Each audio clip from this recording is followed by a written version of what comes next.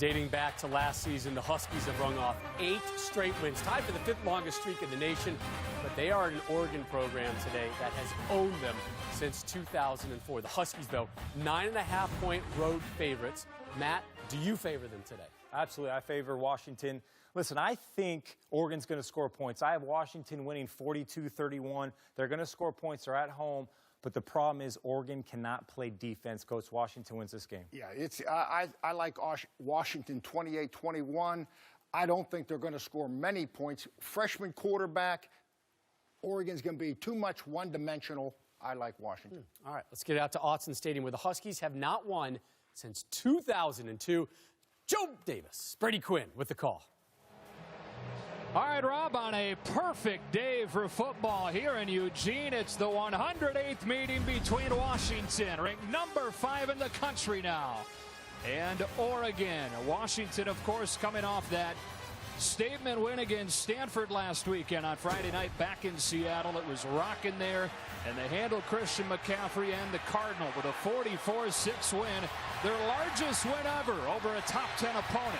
And so all the momentum in the world coming into this one against their hated rival. And we say welcome inside. We're so thrilled to be here for this one. Joe Davis, Brady Quinn, Jenny Taft down in the field. As big as that was last week for Washington, as much fun as that was in Seattle, this is the one that's personal for the Huskies, and they have reason to think they can snap that 12-game losing streak against their rival. Yeah, and the reason is Washington's defense. They're number 1 in the country at takeaways. How did they do it? With their defensive front constantly giving pressure, and on the back end, a suffocating secondary. You know, they didn't blitz once last week, but accumulated 8 sacks, held Christian McCaffrey to 49 yards rushing and 0 touchdowns. This is a defense that they answered the challenge last week versus Stanford. Can they answer the challenge once again versus this tough Oregon rushing attack? And it's an Oregon team that has dropped 3 in a row now. It's their worst start since 2004. And you mentioned that ground attack. They still are the best rushing team in the Pac-12, led by Royce Freeman. Yeah, Royce Freeman's been outstanding this season. He's the 2nd leading rusher in Oregon history, but it's going to be key today more than ever because now they're starting a true freshman quarterback, Justin Herbert. They're going to want to lean a bit on that run game to take some of the pressure off of the true freshman. Should be a lot of fun in here. Jenny Taft's going to talk to Herbert's head coach, Mark Helfrich, on the other side of this break. It is Oregon. It is Washington for the 108th time coming up.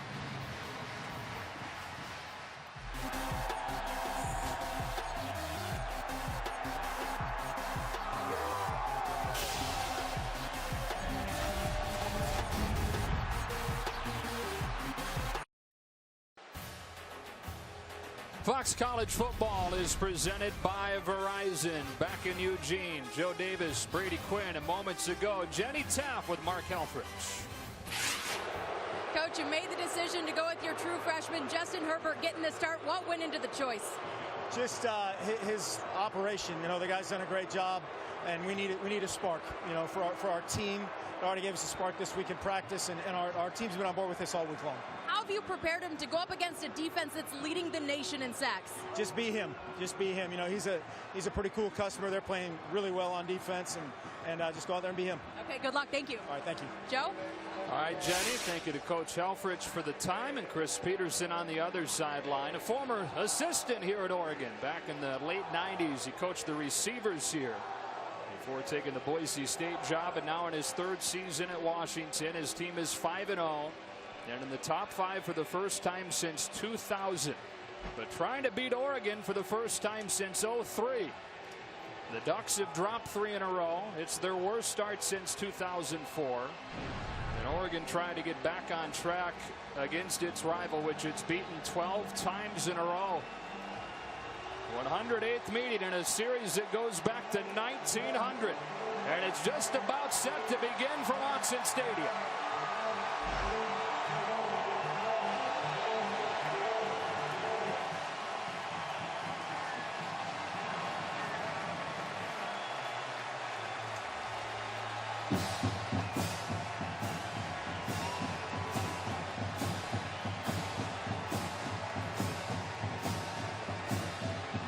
Oregon won the toss. They've elected to receive, so they'll put that true freshman quarterback out there right away.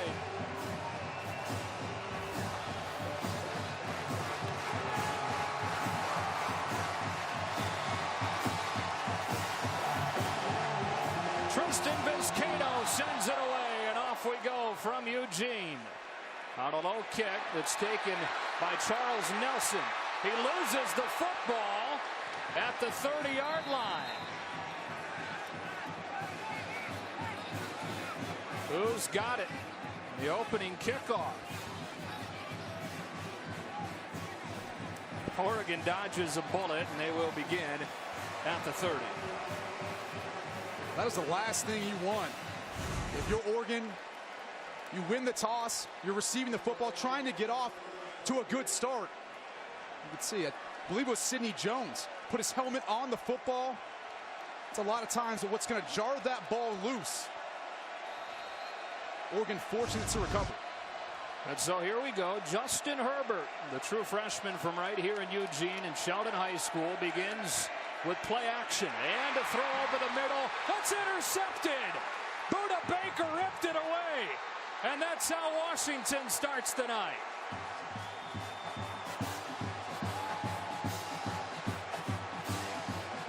A true freshman going up against the #1 defense in the country at getting takeaways. You watch Justin Herbert work through his progression. The ball's just a little bit behind Charles Nelson. And that's the thing about this Washington defense. There is no room for error. They will capitalize on every mistake that you make. You see one of the best safeties in the country, Buda Baker, there with the interception. 16th takeaway this season for Washington, and now the Huskies have it at the 30-yard line with a 1st and 10.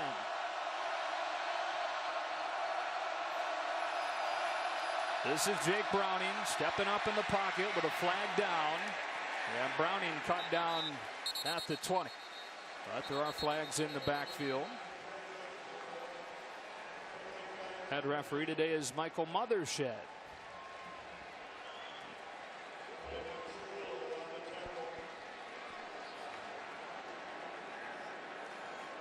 So opening kickoff, Oregon fumbles, able to recover, but then an interception on the very first play.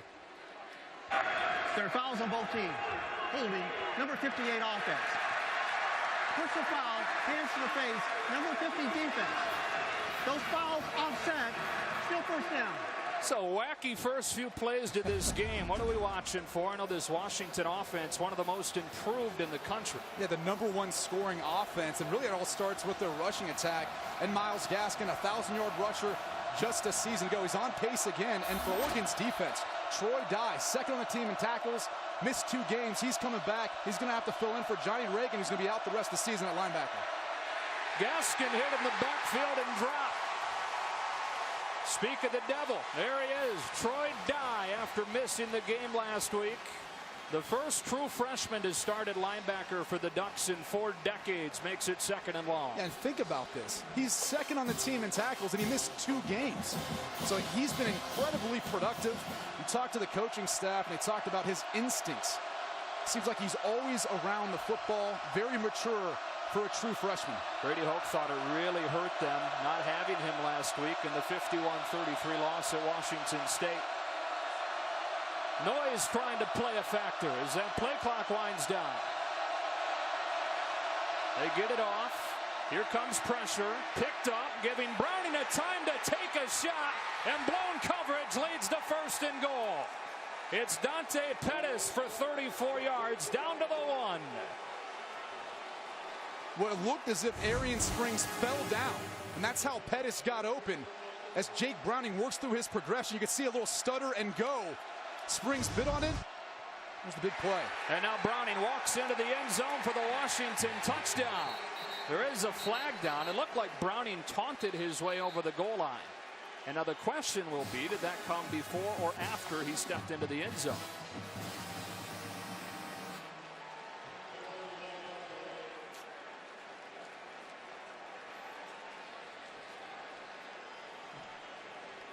A little bit un-Jake Browning-like. There's your call from Mothershed. After the play, unsportsmanlike conduct, number 3 offense. That 15-yard penalty will be enforced on the kickoff. That's the first unsportsmanlike conduct on number 3. The result of the play is a touchdown. If he had a second, he would be thrown out of the game. Yeah, and this is part of their run game. It's the zone read. Now, usually they've got, you can see the taunting there at the end as he points at Swain as he enters the end zone. But, you know, usually they utilize the zone reads and they'll have routes in and behind. But in that particular case, you know, Jake Browning's a good enough athlete to be able to run in the football. His second rushing touchdown of the season, and Cameron Van Winkle's on for the extra point.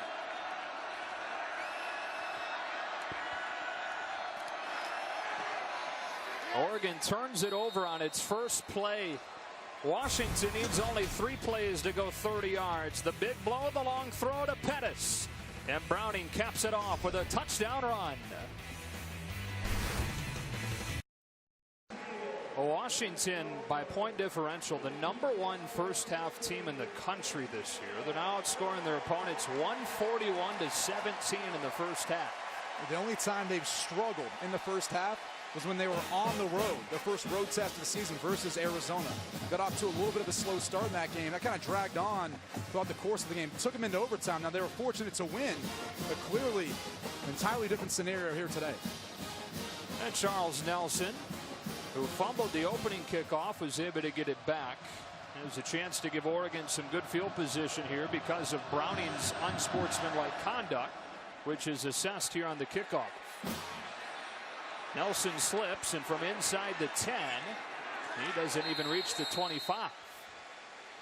So Justin Herbert, the first true freshman quarterback to start a game at Oregon since 1983, gets intercepted on his first throw. Yeah, we heard head coach Mark Helfrich talk about needing a spark on offense. They go to the true freshman.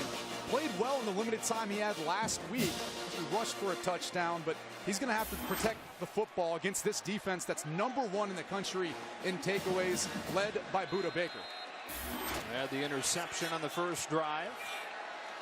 Second year in a row they've been the top defense in the Pac-12. This is Royce Freeman. We talked about it off at the top. Oregon, the #1 rushing offense in the Pac-12, and you know they're going to lean on that today with a freshman quarterback. Well, especially after the first play of Oregon's offense ends up going for an interception. You'd like your true freshman to calm down, hand the football off, let Royce Freeman put you in more third and manageable, second and manageable situations. Freeman averaging more than 8 yards per carry, top 5 in the country, but not a lot of room inside. They are so big up front, Washington is, and it's 3rd down and 5 or 6. And really, if you go back to the last team to have some success running against Washington, it was Arizona. And how they do it, they attack the edges of the defense.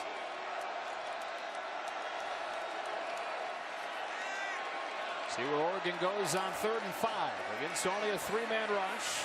Herbert throws across his body, and Nelson gets bottled up by Bieria and Mathis, and it's 4th down. And so an interception on their first play and a 3-and-out on the next drive, and the punt team comes out.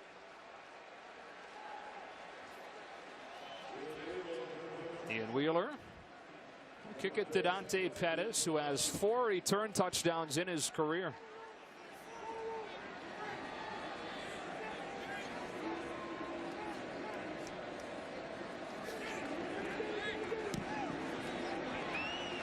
Good high punt, forces a fair catch signal at the 32-yard line. 39-yarder from Wheeler, and Washington led by Jake Browning with a 7-0 lead. Back to the field when you come back.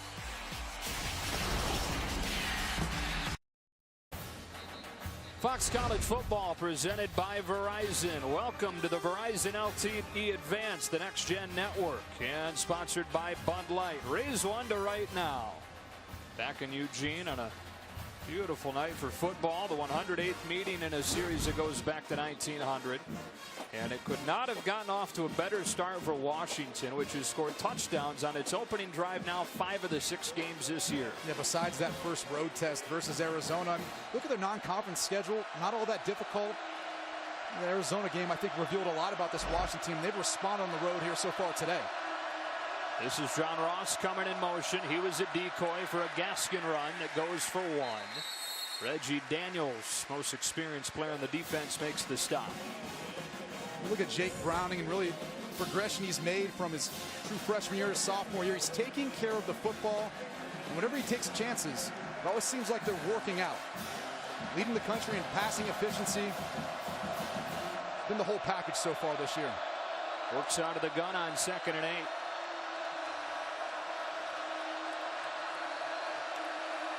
Oregon bringing pressure. It's picked up. Deep ball. John Ross knocked away at the last moment by Arion Springs, who is the man that stumbled on the double move on the long completion to Pettis on the opening drive, and it's 3rd and 8. That was one of the things that they really tried to work on in the offseason with Jake Browning.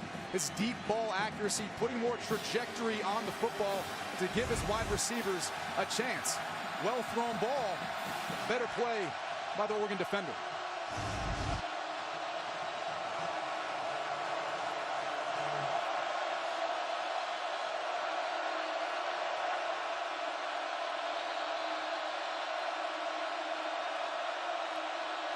On 3rd and 8, more pressure from Oregon. Browning sees a window and takes off for a first down. He's already run for a touchdown and now quiets the crowd with a 3rd down pickup of 10. That's one of the things that a lot of people don't talk about when you look at Jake Browning as a quarterback, is his ability to be mobile and take care of the football. A part of it's deciding to run sometimes on 3rd down to pick up those first downs. To help this Washington offense continue to move the chains, put themselves in 3rd and manageable situations. First down and 10, 46-yard line. Jamon Dotson motions out. Browning sets up, pumps one for Ross, who makes the first man miss and dances his way for 15 inside the 40. Well, John Ross is a guy that the Washington offense is extremely happy to have back, and he's had a huge impact on the passing game in particular this year. Was injured, missed all last season. They really didn't have that big playmaker. As we see, John Ross is able to make moves in tight spaces, get a ton of yards after the catch. He's tough to cover one-on-one. So to use that injury as a blessing in disguise, really improved his all-around game. Miles Gaskin pulled down by Daquan McDowell after 5, and it's 2nd down. Gaskin coming off his first 100-yard rushing game in the win against Stanford last week. There's an injured player for the Ducks. This has been part of the story this year for Oregon. Key injuries all over the place. We'll check on him when we come back.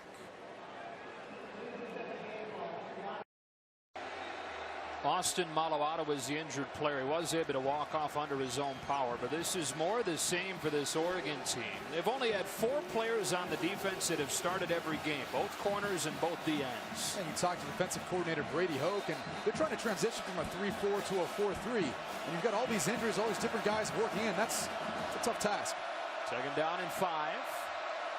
Jake Browning in the offense back to work. Underneath, wide open Darrell Daniels. The tight end has a first down before Brendan Schooler brings him down. Daniels is primarily one of their run blocking tight ends, but they'll utilize him in the play action pass game from time to time. He's got good size and a good frame. 6'4", 250 pounds, and he can move for that size. They go deep at that position. 4 players will see time for Washington at tight end. First down and 10 from the 25. Andre Bocelli on the sweep, gets the corner and pumped out of bounds by Tyree Robinson.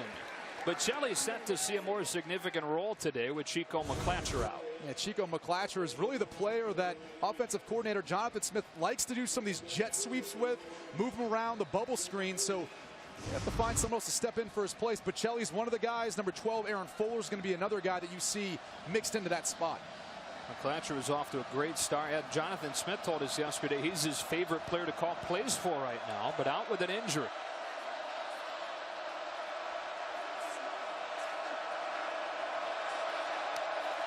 On 2nd and 2, Browning looking short side, steps out of pressure, keeps his eyes downfield, uses his legs to make it first down and goal for Washington.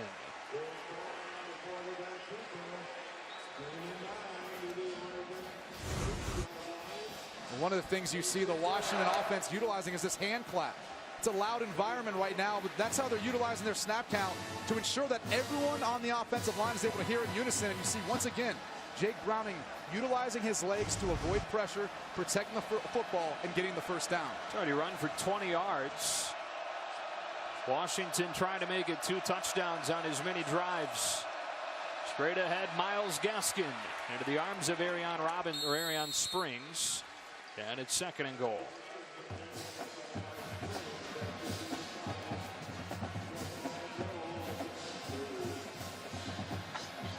A lot of these guys, the quarterback Browning, the running back Gaskin, the left tackle Trey Adams, all played as true freshmen last year. There were some growing pains, but now top 10 in the country, scoring close to 50 per game. On 2nd and goal, they throw the fade for John Ross, who juggles and pulls it in for the Washington touchdown. Already the 7th receiving touchdown of the season for Ross. This is what John Ross does well. He gives a little hesitation off the line, and he's going to release outside. And Jake Browning wisely puts the football where only the wide receiver can get it. And Springs is left to the inside with no ability to really make a play on the football. Now Washington goes 67 yards in 10 plays. And this could not have gotten off to a worse start for Oregon, which has dropped 3 in a row, having its worst season since '04 and trailing its rival now 14-0. Fox College Football, presented by Verizon, is sponsored by the all-new 2017 Ford Super Duty. This is the next level. And by Pacific Life, helping generations of families achieve long-term financial security for over 145 years. Back in Eugene, 14-0, a 10-play, 67-yard drive capped off by Browning to Ross on a fade. Yeah, you were wondering why that pitch and catch was so easy. Well, it was in part because Jake Browning showed his ability to run the football, picking up first downs, but also that first touchdown. So they have to account for him. It allowed one-on-one coverage on the outside.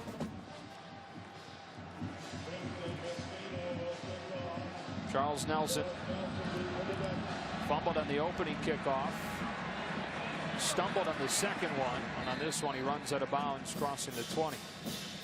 People affected by severe weather and other disasters need help now, as we all know at this point, and you have a chance to support those impacted by Hurricane Matthew. Text Matthew to 90999 to give $10 to American Red Cross Hurricane Relief. The man that just returned that kick, and Charles Nelson, is from Daytona Beach, Florida. One of the running backs for Oregon, Tony Brooks James, from Gainesville, Florida. There are a couple of other Ducks that are from the coastal region. All of their families evacuated inland, and all of their families doing just fine. Third drive begins with a Royce Freeman run. It has some room to get a few before Keyshawn Bieria drops in.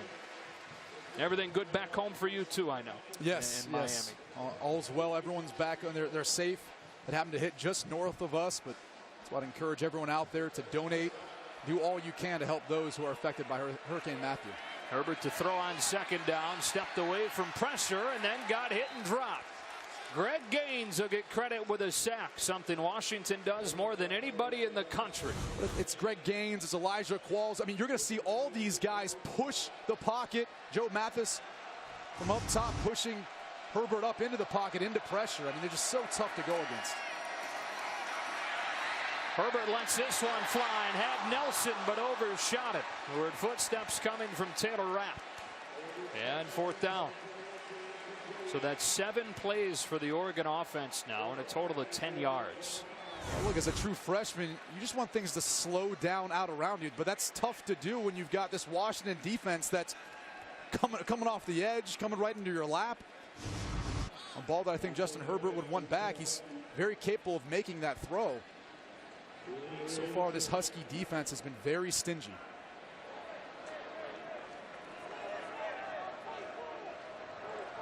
Turnover and 2 3-and-outs for Oregon now. Wheeler's 2nd punt.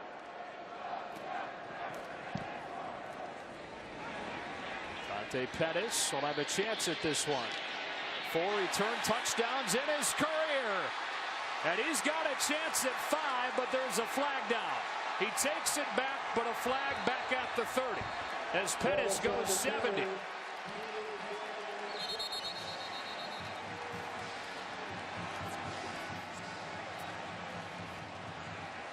Big block from Brandon Wellington on that play, but is he going to get flagged for it?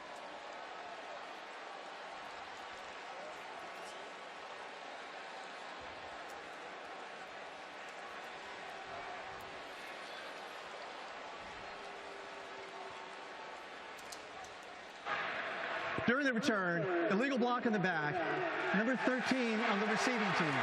10-yard penalty, first down. And that is Wellington.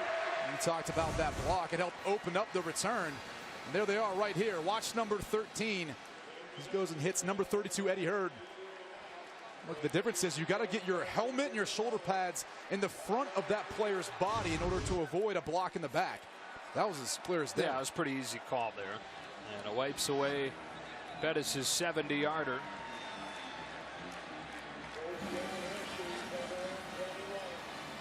So Washington, which during this 12-game losing streak to Oregon, led for a total of 10 minutes and 18 seconds. Scored today on the 4th play from scrimmage and scored again on its 2nd drive. This drive begins from the 21. With a Browning throw into the flats. Drew Sample, one of the many tight ends they'll use, is ushered out of bounds by Springs.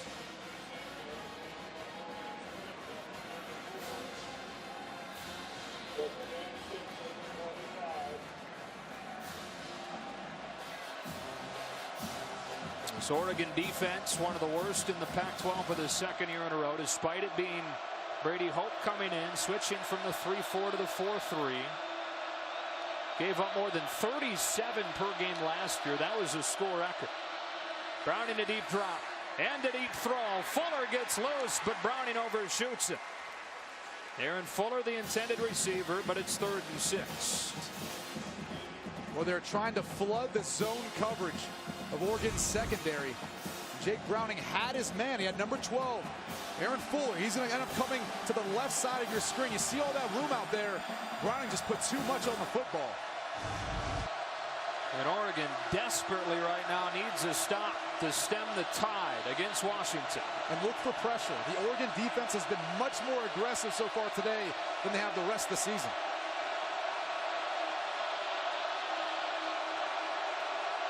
Washington empties it out. Here comes a corner blitz. It gets home to Browning, but he stays on his feet and extends the play. Daniels has it, but he went out of bounds. And now a flag comes in. Daniels made the catch, but stepped out of bounds before coming back in to catch it. And this is going to be wiped away.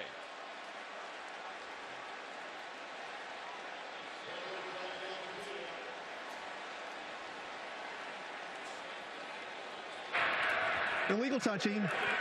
Number 15 of the offense went out of bounds voluntarily during the down, returned to the field of play, and was the first way to touch the pass. That's a loss of down at the previous spot. 4th down. You can see right here. Daniels clearly has his foot out of bounds. He established himself, and he wasn't forced out too. That's the other difference, right? If the defender forces you out, it's different. You can then touch the football when you come back in, but clearly he went out on his own account and then was the first to come back in and touch the football. Nice little telestrator tool you got there has him looking like he's about to get abducted. Darren Carrington back to return this punt from Tristan Vizcaino.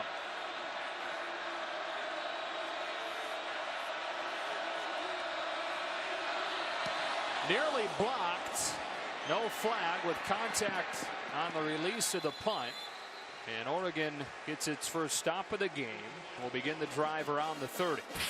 Tonight at 10 Eastern on FS1, Arizona, 24th ranked Utah. Now Utah lost last week against Cal. Troy Williams is their quarterback. He's the former Washington quarterback. It was his first loss last week since this game, Washington against Oregon 2 years ago, and Williams made his lone career start in a Washington uniform. He went to a JUCO, Santa Monica, unbeaten last season. 4-0 start this year before losing last week. He's been a difference maker for that Utah offense, in particular throwing the football. See if Oregon can get something going with the offense. Herbert steps out of a tackle and gets close to a first down. JoJo McIntosh with a tackle, and he does have it off for the first down of the day for the Ducks. The quarterback in the running game is going to be key today if Oregon wants to be successful running the football. Which they do again. Royce Freeman off the right side, dragged down by Sidney Jones. Keep talking about that Arizona matchup. That's because Brandon Dawkins had 176 yards and 2 rushing touchdowns in that game. He was very effective at pulling the football and getting to the edge of the Washington defense. Here's a completion to Jalen Brown, who's making his first start today with Dwayne Stanford down. You were talking about the success they had, or the problems they had slowing Arizona. Arizona's really the only team that's been able to have any success against this defense. Play action on 3rd down. Across his body, and it's caught. Munt, the tight end, who's missed the last 4 games with an injury, has a first down.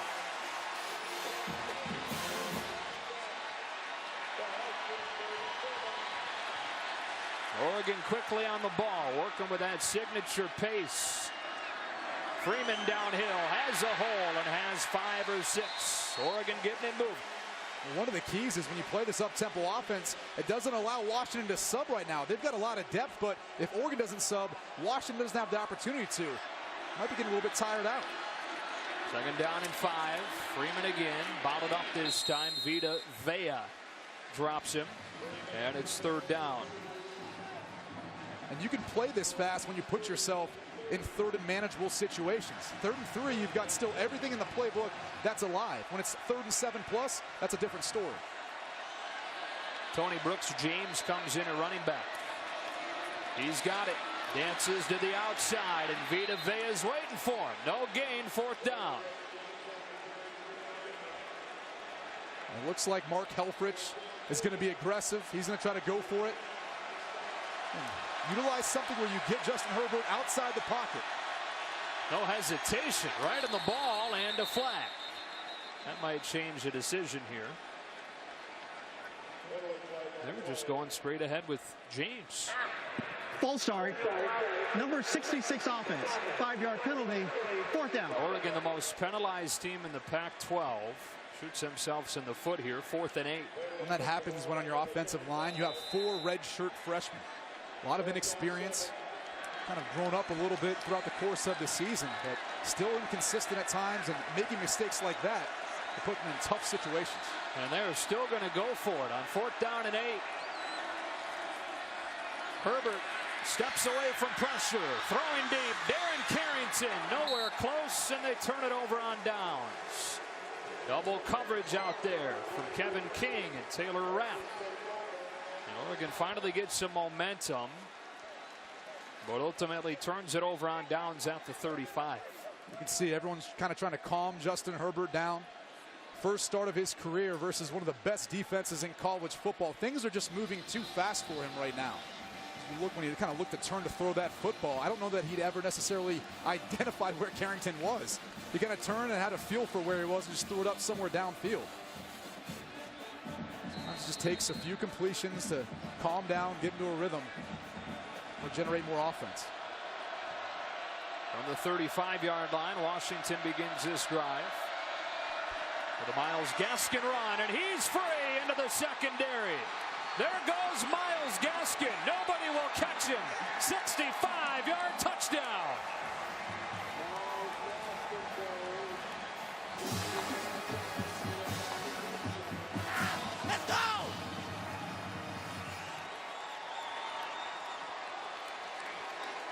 Well, if you're a Husky fan and you are concerned that this team might come out flat like they did versus Arizona, that has not been the case. They have dominated this football game from the very opening kickoff.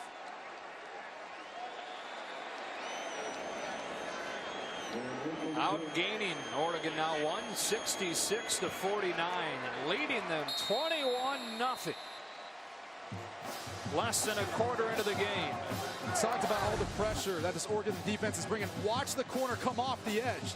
What happens when you bring pressure but don't keep your run gap integrity is seams in the defense, and you're obviously bringing someone so there's one less back in coverage. Clearly you can see Washington taking advantage of that in the run game, and This Oregon defense continues to struggle, and it's going to be a while before I think they get where Brady Hoke would like them to be. When you talk about switching from a 3-4 to a 4-3 defense, you know, the body size and the shape isn't the same. You either have to take the guys that you have and in the weight room work them into that, or you've got to find a way of recruiting guys to eventually get your team there. Technique, fundamentals, scheme, all those sorts of things. It takes a while for these young men to get. Mark Helfrich hired Brady Hoke this offseason. Hoke took last year off after he finished his tenure at Michigan. But his Ducks in a 21-0 hole here in the first quarter against a team they've beaten 12 consecutive times in 17 of the last 21. A short kick into the dead spot of that return, but it goes out of bounds.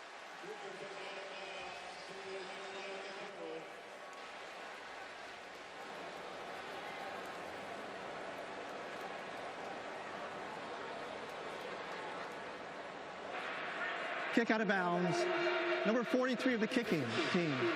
By rule, the ball will be placed at the 35-yard line. First down. Let's go down to Jenny Taft. Well, guys, it is always loud here. That's something Washington made sure that they'd prepare for. It's definitely not getting in the way right now. They're preparing for that noise literally and figuratively. They're blocking out everything. Peterson didn't even allow his players to talk to the media all week. He said, we have a lot on our plate. We're focusing on this game. All right, Jenny. Taj Griffin with a first down carry, and he gets planted by Azim Victor. Body slammed after 5. Azim Victor, Keyshawn Bierria, both of these linebackers fly around the football field. Let's see, there's some vicious hits going on. 2nd and 6. Charles Nelson makes a nice move and gets a few. That's like when you're making a video on how to tackle. I mean, textbook. Wrap, lift, drive. Keeping your head up, though, so you can still see the defender. And that's one of the things this Washington defense excels at, really, is their ability to wrap up and have many missed tackles. They're down in 3. Here comes 4. Picked up. So Herbert rolls and throws. Perfectly spotted for Darren Carrington. And an Oregon first down and a gain of 28. That's exactly what Justin Herbert needed. A big play, get this offense moving, find one of your playmakers to get him involved in the game, and Darren Carrington. Herbert in his first start, 5 of 8. And if you're wondering why they're hesitating right now, that's just so that the replay officials can ensure that it indeed was a catch. That will happen from time to time because of the pace at which Oregon plays on offense. They've confirmed from upstairs that it was a catch, and away they go again. Taj Griffin finds a window to squeak through. Kevin King tripped him up after a gain of 5. When you look at this Washington defense, these cornerbacks, they're not just guys who like to cover. They do a really good job tackling in the run game, forcing the running backs to get back inside.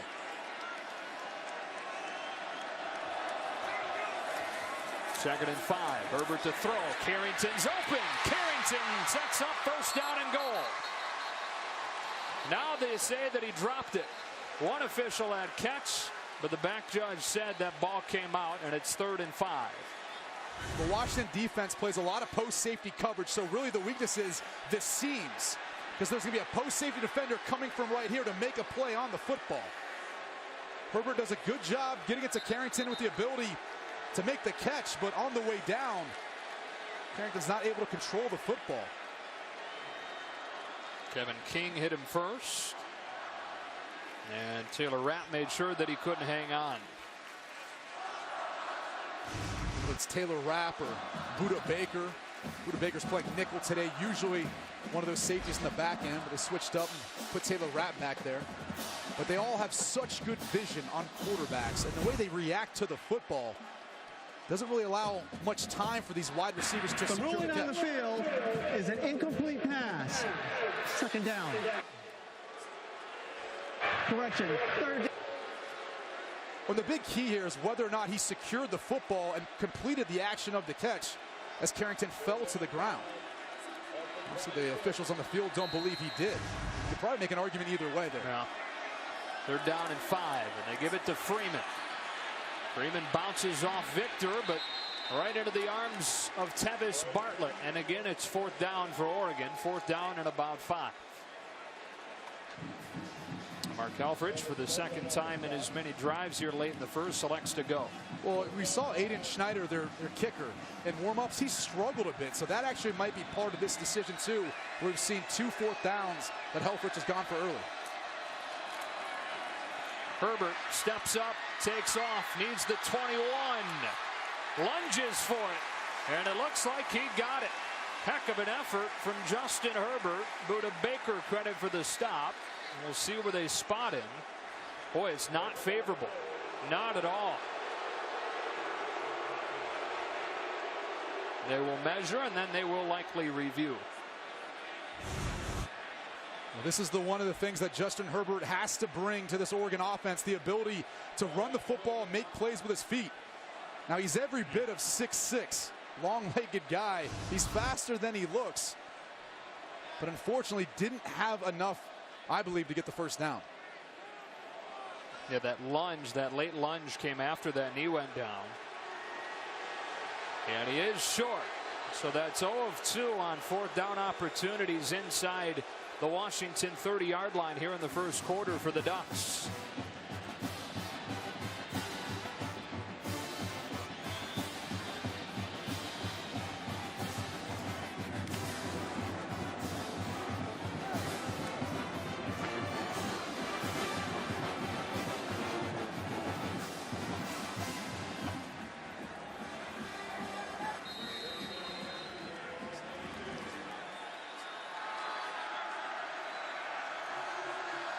So in the final seconds here of the first quarter from the 21-yard line. Miles Gaskin broke one off for 65 yards the last time he touched it. It's in there to block and release on a screen. And Gaskin reverses field for a first down and a gain of a dozen. Justin Hollins the tackle. And another first down for the Huskies. Well, offensive coordinator Jonathan Smith seems to dial it up just in the nick time. Watch how they bring pressure. What's the best thing against pressure? A screen. Perfect timing for that play call, and that's what makes Washington so tough too. Jonathan Smith mixes in different personnel groupings, all sorts of different wrinkles to this Washington offense that forces defense to really constantly be on their toes. Yeah, Jonathan Smith had a hatred for Oregon in this rivalry born earlier. He was former quarterback at Oregon State, and his Huskies with a 21-0 lead through with a quarter here in Eugene. Fox College football is presented by Verizon. We're back in Eugene after a quarter. It's all Washington in the top 5 for the first time since 2000, and again showing why. They've lost 12 in a row against Oregon and led for a total of 10-18 during those games. They led for more than 13 minutes in the first quarter here. And they start the second quarter with a completion to Pettis for a first down. Now Browning now 8 of 10, more than 100 yards through the air. Pettis with a few catches for 46 yards. Browning just does such a good job of really protecting his wide receivers. He's extremely accurate. Turns it up a little bit in the red zone, but constantly putting the ball where these wide receivers can catch and run with the football. He doesn't have gaudy yardage numbers, but one of the most efficient guys in the country. As Levon Coleman is swallowed up well into the backfield. A.J. Hotchkins, Justin Hollins, and it's 2nd and 14. Well, this is one of the plays that, as we watch Jimmy Swain limp off the field, he was actually starting for Johnny Reagan. Watch the right side of the Washington offensive line. They just get blown back off the football. That's the kind of penetration that Brady Hoke's really looking for from this front 4. Guys who can get after it in the run game but also rush the passer.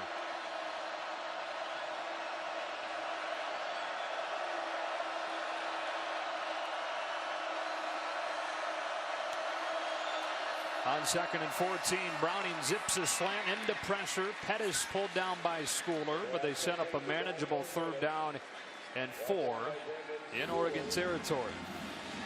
That was one of those run-pass options. They've got a run play called. They have wide receiver routes in and behind. Jake Browning's going to decide whether or not he wants to hand the football off based on what the linebacker does on Oregon's defense. That time he bit up on the run, he pulled it, hit Pettis to get him back within 3rd and 4. Something everybody's doing these days, not just the running quarterbacks. 3rd down and 4 from the 48.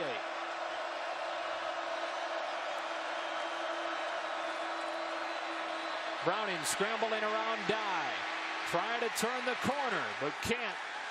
And it's 4th down as he loses a few. Dye and Hotchkiss both chasing him. And here comes the offense, actually, back out onto the field. It looks like Washington's going to want to go for this, but they're trying to get John Ross all the way across this field. But the problem was the pressure actually took Jake Browning the other way. No one to throw to on that side of the field. This has been the one spot Oregon's defense has been good this year on 4th down. 4th down and 7. Browning backs up. This is going to be a punt. And a flag down. Not sure that he got it off. False start. False start. Number 1 offense. 5-yard penalty. 4th down. John Ross out there at the wide receiver position. I don't know that he necessarily wanted to have to run down there after the football as a gunner to make a tackle. Yeah. We saw Brendan Schooler run back to possibly try to return that. John Ross might have beat that ball to Schooler. Fast as he is. Yeah. So now the real punt team goes out there with Vizcaino. That means the real returner does as well, Darren Carrington.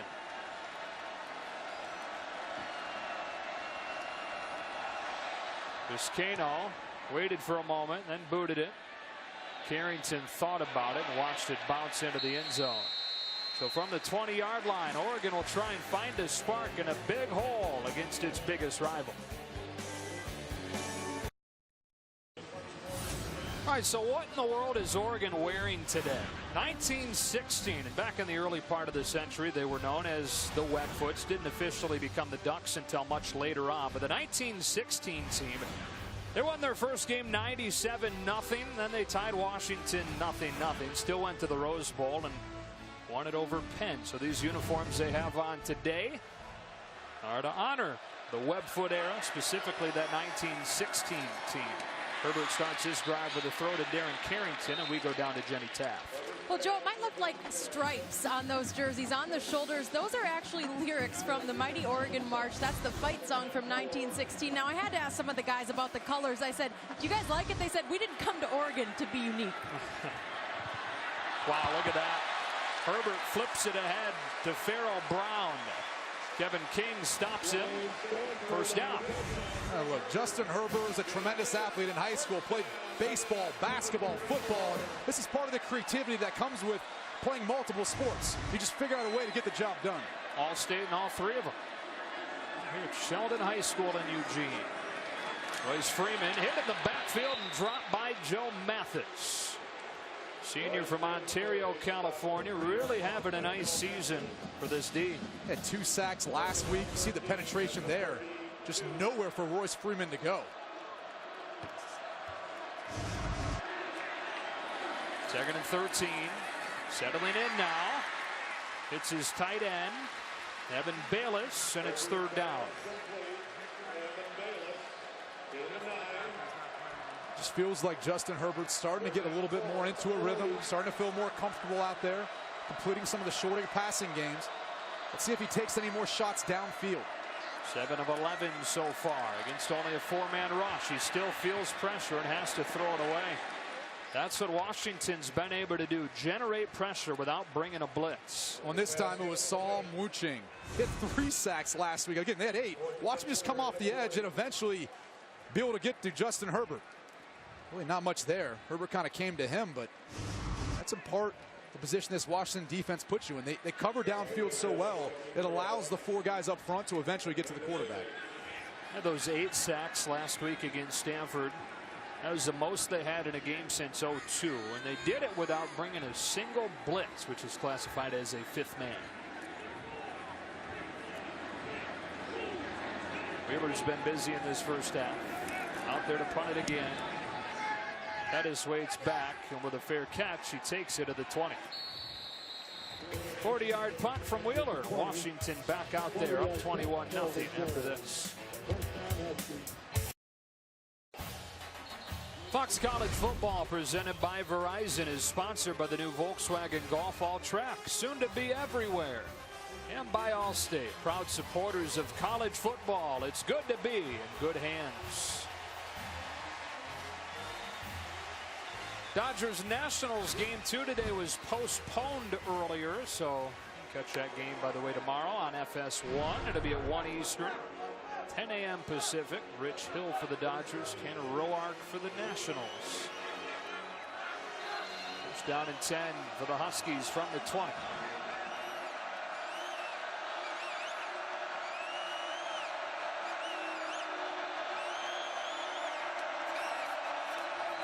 Browning throws one-on-one. John Ross out there. Ugo Amadi pulls him down after 6 or 7. And it's second down. Amadi playing almost 8 to 10 yards off of John Ross, really respecting the speed that he has on the outside. That's something that we've seen a number of games this season as John Ross has demonstrated that he's back healthy, 100%, has that blazing speed. Second and 3 downhill. Levon Coleman hit in the backfield and dropped. Henry Mondu and Drayton Carlberg. Time for a game break. Here's Mike Hill. All right, guys, for the 4th time in 5 games, Tennessee fought out of a double-digit hole today, forcing overtime against number 8 Texas A&M. But in double OT, needing a touchdown, Josh Dobbs picked by Armani Watts. Tennessee's 7th turnover of the game. No happy ending this time for the 9th-ranked Vols. They fall 45-38. Joe, Brady, back to you. Figured it was about time before one of those big holes bit them. Yeah, and now you look at that SEC East picture as they try to go towards the SEC championship, and it's kind of get up for grabs once again. 3rd down 5. Browning feeling pressure. Tucks it, goes down. Oregon's defense has started to step up. This time it's Troy Dye, 4th down.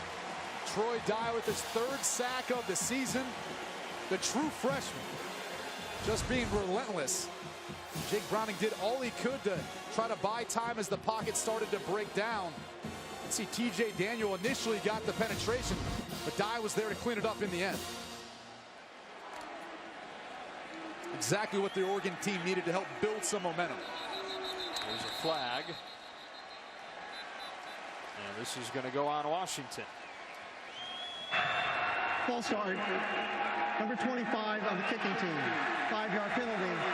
4th down. Well, this is 3 of the last 4 drives now. Oregon's defense is forced to punt. It's just that one big play that Gaskin broke off with a 65-yard touchdown. That's all Washington's done since those back-to-back scoring drives to begin the game. 5 penalties now today for 35 yards. Uncharacteristic. Carrington short arms it. Washington's got it. There is a flag down.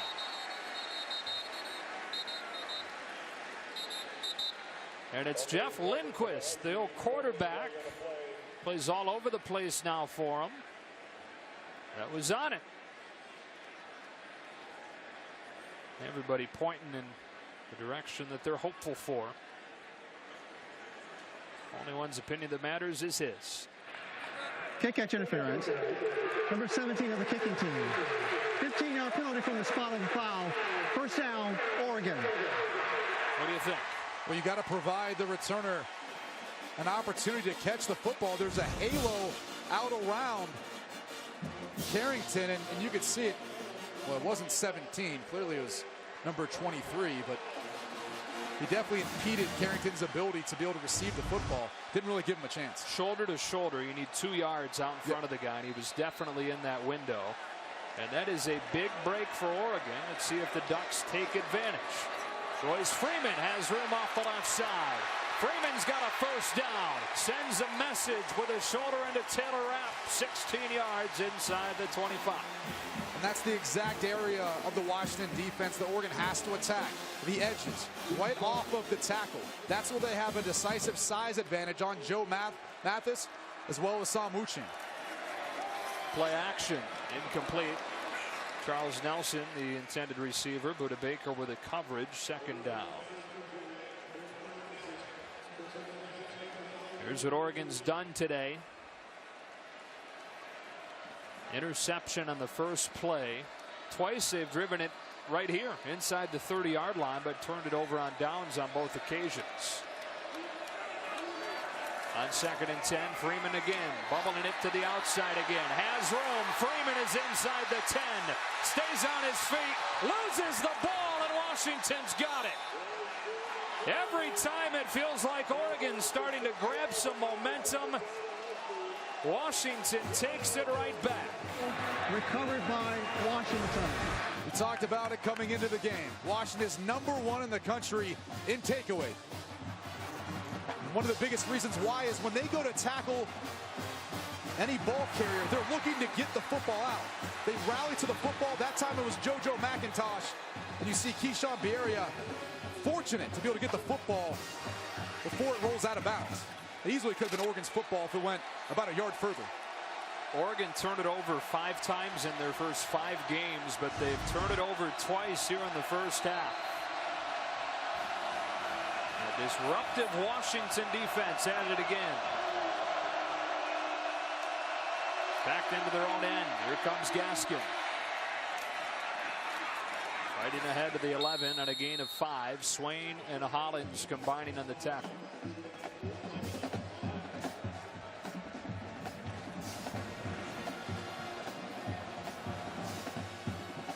This is that part of the field where you're backed up.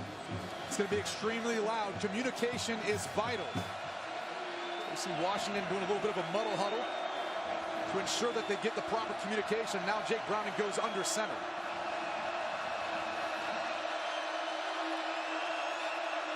Second and 5, Gaskin again has a first down. Khalil Oliver with a tackle, and Washington has some breathing room. You want to know why Washington's rushing attack has been effective today? Watch all these bodies up front. Watch them move the Oregon defensive line. Look at them all pushing to the second level. It's creating seams in Oregon's defense. Where that wall is just walking forward as Washington starts to march down the field. Washington trying to make it hurt for Oregon after Freeman's fumble inside the 10. 3 straight carries for Gaskin. This time he's loose. Miles Gaskin down the sideline in a foot race with a cutback inside the 20. 67 yards. Nick Harris had the big block to spring it. Well, one of the run plays you've got to be able to defend is called power. And that's what this Washington offense does so effectively. Watch as the puller comes around and helps seal the edge to allow Gaskin to get to the outside for the big gain. And Harris wound up on his backside, but like you said, he did seal it off and help open that hole up. That's at right guard where Shane Brostick is out today. Gaskin again into the arms of Kenton Kamatule. 2nd down. Brostick's out. Nick Harris was in on that particular play. You're going to see number 73, Andrew Kirkland, as well, mixing in at that right guard spot. The true freshman from Inglewood, California, who's been a big surprise. Coaching staff said or Chris Peterson did at least, was watching practice film early on in camp and saw him with the 2s and said, what are we doing here? Why is he part of the top 2 groups? He's a bit undersized, but because of that, he actually makes him a good puller. But as you could see in the long run, not necessarily as much strength blocking sometimes. Browning to throw against pressure. 1-on-1 to the end zone. Perfectly thrown, and John Ross has his 2nd touchdown of the day.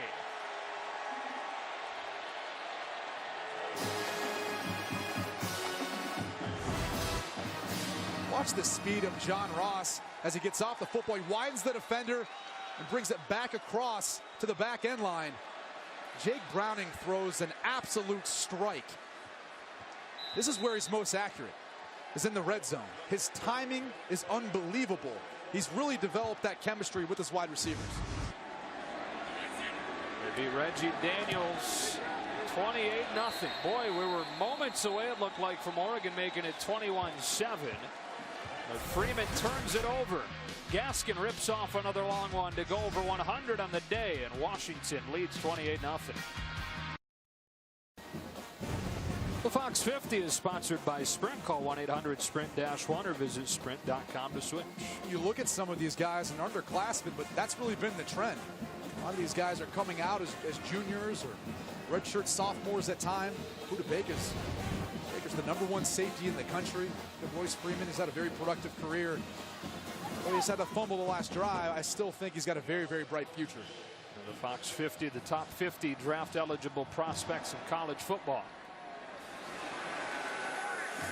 Nelson takes a knee, and Oregon will start at the 25-yard line as we take a look at our Pacific Life game summary. It has been all Washington. They've been able to turn both Oregon turnovers into points, as they so often have done this year. And in the 108th meeting between these teams, a series that Oregon has dominated over the last couple of decades, winning 12 in a row. It's Washington with a 28-0 lead, including those 21 points in the first quarter. Brady, it's the first time in 6 years Oregon's given up 21 in the first. It's unbelievable. I mean, you look at the way Washington's played really all season long. It's called complementary football. Their defense gets turnovers. Their offense then takes advantage of that field position and those turnovers and scores. On the 25, Herbert feeling pressure and finds a man. Nelson has it for a first down. And then a flag flies out where the face mask, it looks like. It'll move it 15 more.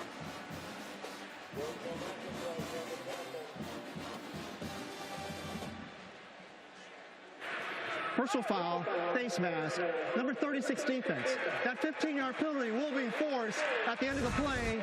First down. Well, here's one reason why Mark Helfrich went with Justin Herbert. Getting a little pressure, just throws off his back foot, no big deal. A strike downfield to Nelson for the first down. Nelson's third catch. Herbert 9 of 15 now from the 48-yard line. Here comes Royce Freeman. Washington's defense swallows him up. Elijah Qualls, first one to hit him. Really, Justin Herbert's settled down. You know, after that first throw of the game, throwing the interception to Buda Baker, he's kind of found himself in a little bit of a rhythm. Missed some throws here and there downfield, but he's starting to settle down. They'll look to throw. Shows off the arm strength. Darren Carrington has a first down.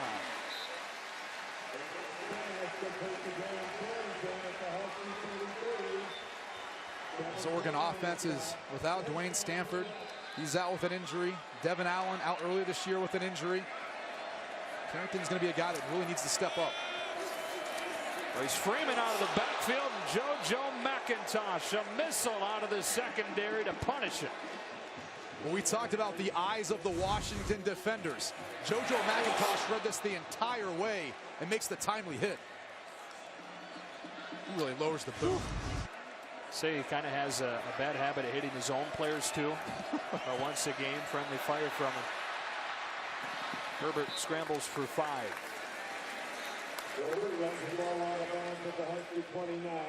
So it's third down. And you get into this area, and we've watched Oregon already go for 2 fourth downs earlier. So expect them to do that again, being down 28-0 if they don't pick up this third down. Herbert again in rhythm. Farrell Brown, but he's a yard short. McIntosh threw him out. 4th and 1.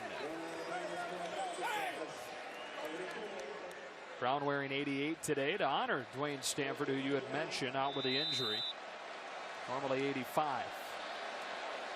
This is where you're watching Oregon sub. I would have liked them to keep it up tempo, try to catch Washington off guard. We've got a nice drive going. Why allow Washington an opportunity to sub? 0 for 2 on 4th down today. Brooks James left side. First down. Spins his way free inside the 20. Pushed out by Sidney Jones. But they finally convert on 4th down and now try to turn it into points. And Tony Brooks James is the other running back behind Freeman, who kind of adds another element to their rushing attack. He's smaller, but he's quicker and has better top end speed. Out of an empty set, they pump short to Carrington. Herbert back across the field for a touchdown. And it's him, Brooks James. First career passing touchdown for Justin Herbert. And the Ducks on the board late in the first.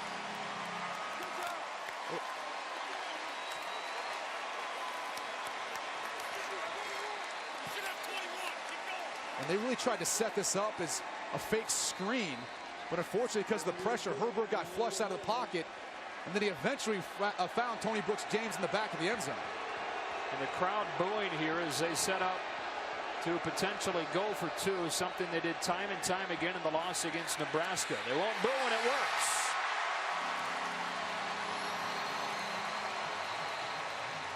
That's Hollins, the defensive end, but there is a flag down. Taylor Ollie made the throw. We can't engage the defender before the ball is caught. It's usually offensive pass interference.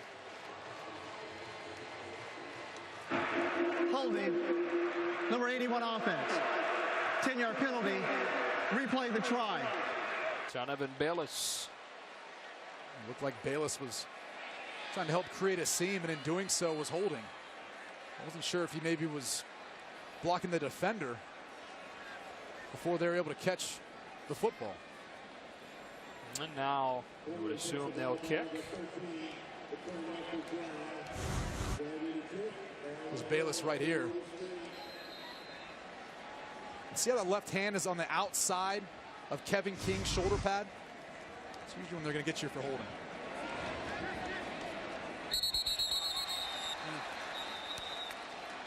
Another flag on Oregon.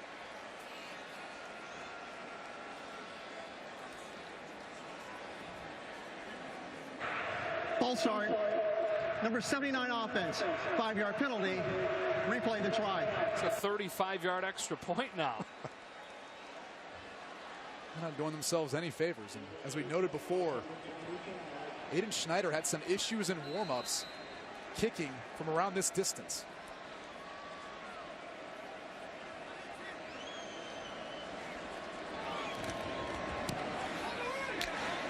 And it didn't matter. He nailed it. 28-7.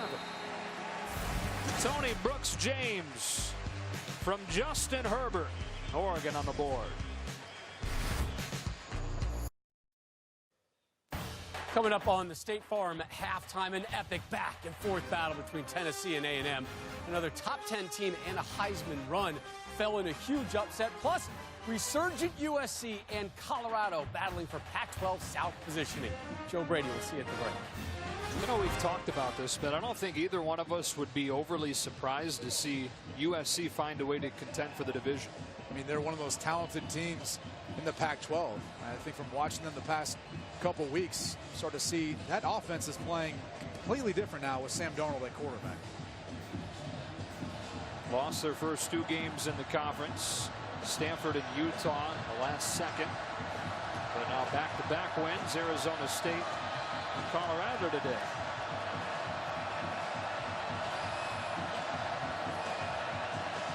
Matt Wogan has one of the nation's best touchback percentages. He's out there for the first time this evening. And you can see why. Should go back to that touchdown. Yeah, if you're wondering how that touchdown came about, look, there's Tony Brooks-James there in the slot. They're going to try to set up a little bit of a misdirection shot. Herbert's going to pump. He's going to look downfield. The problem is there's pressure. Now, freeze it right there. Watch how he keeps his eyes downfield and is able to see right there. Tony Brooks-James sitting there all by himself in the back of the end zone. An unbelievable job by Herbert keeping the play alive and being able to make something happen. The vision cone was like Michael Vick's on Madden, really narrow. Right? He didn't have a wide run. Right, no, not at all. Brett Favre's was probably the entire field. You understand it, though. True freshman making his first start. His vision cone will grow. From the 25, here comes Gaskin. And there have been those two huge plays for Myles Gaskin today. 65-yard run, 67-yard run. His other 9 carries, or Washington's other 9 carries, have gone for a total of 3 yards. That's one of the things that this Oregon defense has been trying to improve upon. Limiting the amount of big plays they're giving up right now. For Washington, that's something that they've been kind of living off of. Some of their big plays they've created. 2nd and 7. Gaskin again. Good surge from the defensive line, and Jimmy Swain finished him off. 3rd down.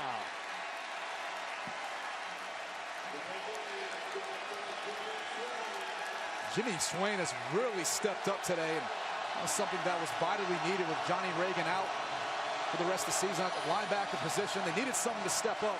So far, Swain has really stepped up. As we look at some of the troubles of the Oregon defense, look at that.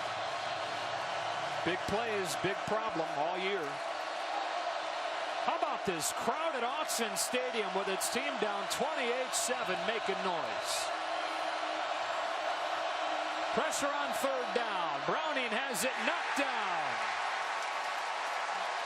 And they force the punt with T.J. Daniel getting his hand on it. One of the things that defensive coordinator Brady Hoke's going to try to do is run different games and stunts up front. You can see all the defensive linemen twisting, and it's T.J. Daniel getting a hand on the football to stop the Washington conversion. Besides a couple big plays, I think Brady Hoke would be pleased with the progress that his defense has made. Yeah, I think you're right. The Oregon offense has really helped them out either, the position they put them in. Set here to get pretty good field position. Nearly blocked. Vizcaino sends away a line drive, and here comes Darren Carrington. At the 32-yard line, that's where they'll begin with a minute 59. Fox College Football is sponsored by T-Mobile, bringing you greater coverage of today's game. And by Dr. Pepper, it's a college football tradition. So Oregon with a chance here to get back in this game if they can get a score here before the break. You've got good field position, plenty of time, 3 timeouts, an opportunity to cut this lead that Washington has in half. Just watch Justin Herbert start to get into a flow.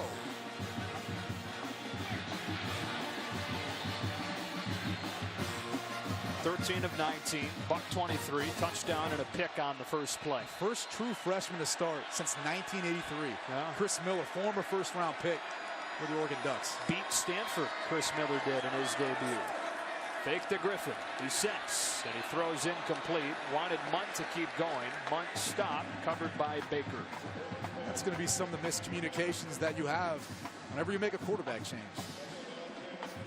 Justin Herbert's still trying to develop a chemistry with his tight ends and wide receivers. It's not going to happen overnight. Second and 10. Another play action pass, and Greg Gaines gets his second sack of the day. Big old Greg Gaines at 6'2", 320. Third down.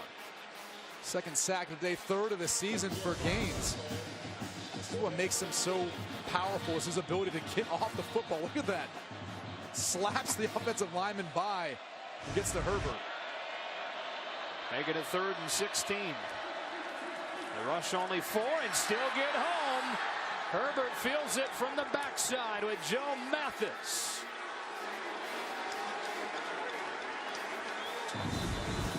There's Joe Mathis working one-on-one with left tackle Brady Aiello. And that's one of those counter moves he has. Joe Mathis is fast up around the edge. That time started upfield and then cut back inside. Brady Aiello overset and allowed the seam to allow Mathis to get the sack. And again, he had to hesitate for a second because the coverage the Washington Huskies defense had downfield. A lot of people think the best secondary in the country. And a lot of people think one of the best D-lines in the country. 18, 1-18. Thank you. Now Oregon's giving the ball back to Washington with a minute 16 and 2 timeouts. Again, plenty of time. They're going to even have better field position. Couple swings in the second quarter where it could have gone either way. Royce Freeman took it inside the 10, and it looked like Oregon was ready to cut it to 21-7, but he fumbled. Washington scored soon after. Same thing here. Looked like they were going to have an opportunity to get to within 14. And now are going to give it back to the Huskies. And Washington's going to have splendid field position. Pettis out of bounds at the 45. Coming up on the State Farm halftime with Rob Stone, Dave Wannstedt, Matt Leinart. Plenty to get you updated on in this full day of college football.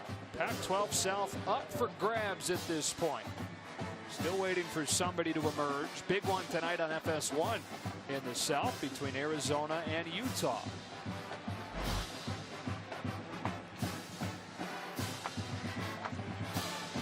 So with 1:09 and 2 timeouts, here come the Huskies.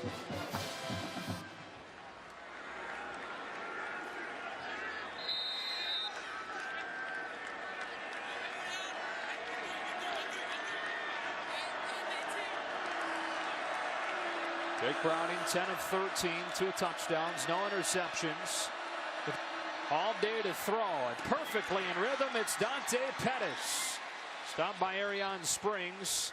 Pettis getting 23 and adding to his team best total in this first half. Now 4 catches for 79 yards in the first half for Pettis. Timeout. Timeout, Oregon. It's a 30-second timeout.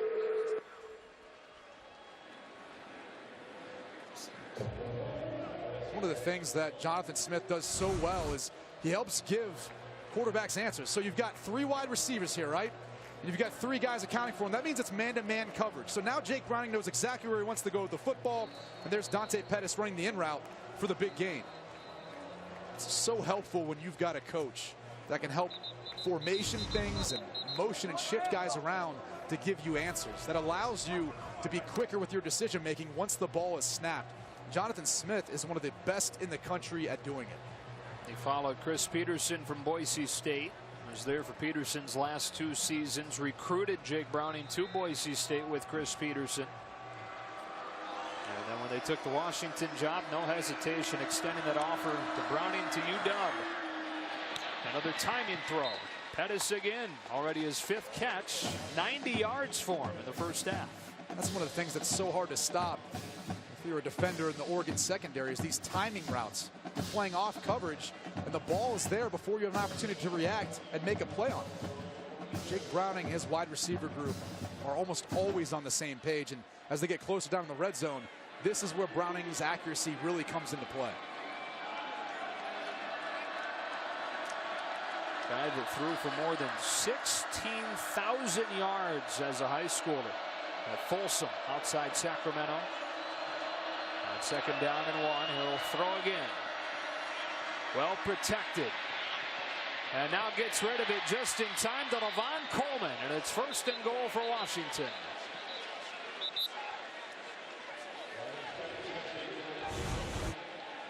Browning wanted to work to the left side of the field. Number 22 of the offense went out of bounds during the play and returned to the field of play as the first player to touch the pass. That's a loss of down at the previous spot. 3rd down. That's the 2nd time we've seen that now as Levon Coleman stepped out. Burrell Daniels did it earlier, but they wanted to work to the left side of the field. Nothing was there. Browning escaped the pocket and was able to find Coleman downfield, but wasn't aware enough to make sure that he was in bounds. With it being a loss of down, 3rd and 1.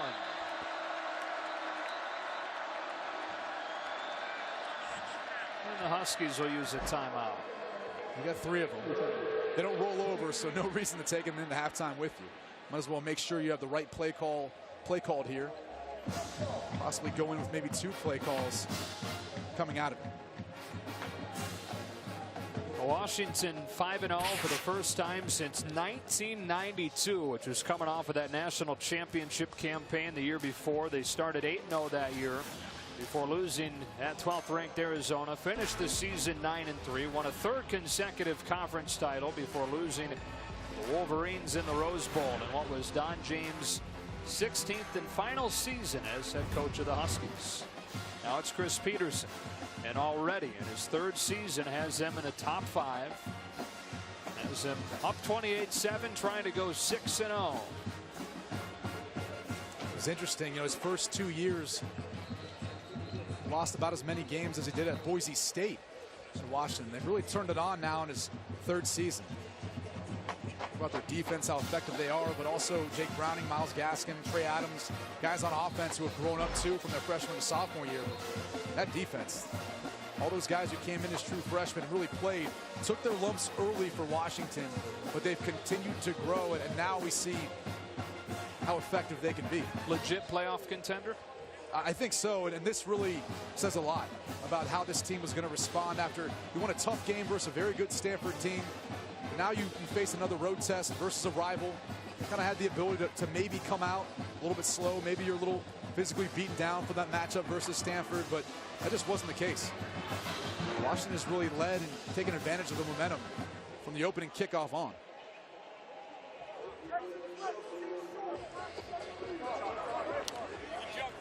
Running the turnover battle, one of the best in the country turnover margin. They turn both takeaways into touchdowns.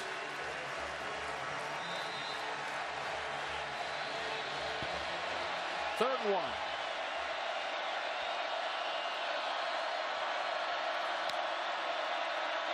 John Ross in space, first down. Spins his way to the 15. Stops the clock to move the chains. One timeout left. There are 2 plays called. The second one is another throw to Ross. And with 26 seconds and 1 timeout now, Washington still has the ability to run the football if they want, besides taking shots at the end zone. There's still enough time because they have that 1 timeout. Playbook, everything's still in. 340 yards here in the first half for Washington.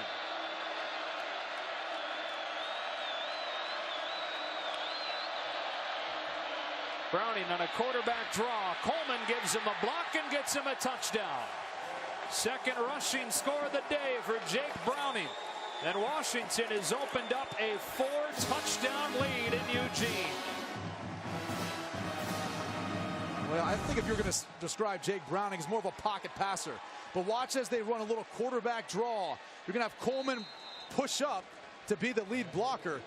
And this Browning with the vision to cut back, make Coleman right with easy touchdown. This time, though, no taunting. No, yeah, learned his lesson. If he does it again, he's out. You get 2 unsportsmanlike conduct penalties in a game, it's an ejection.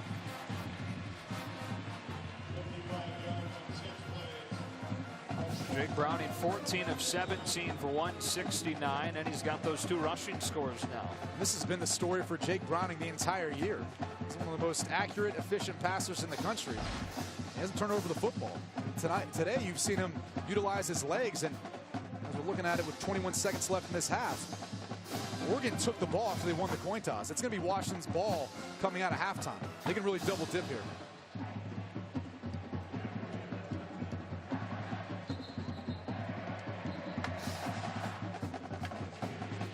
On Monday, it's game 3 of the NLDS. Cubs and Giants with the MLB postseason continuing on FS1. Cubs won game 1 last night, 1-0. And over on FS1 right now, bottom of the 3rd, Cubs lead 4-2. Trying to take a 2-0 series advantage. Trying to win the World Series for the first time since 1908. Trying to beat Mark Helfrich's Giants. Northern California guy.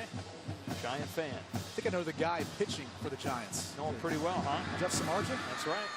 Not been a good year for the Shark. Nelson taken down at the 25. He's already been relieved, by the way. Samardzija gave up all 4 of those runs and into the Giants bullpen. The first 3 innings of the game. It's a long series. Not Shark that will come long. back. 5 games. Your glass is half full, and I love that about you.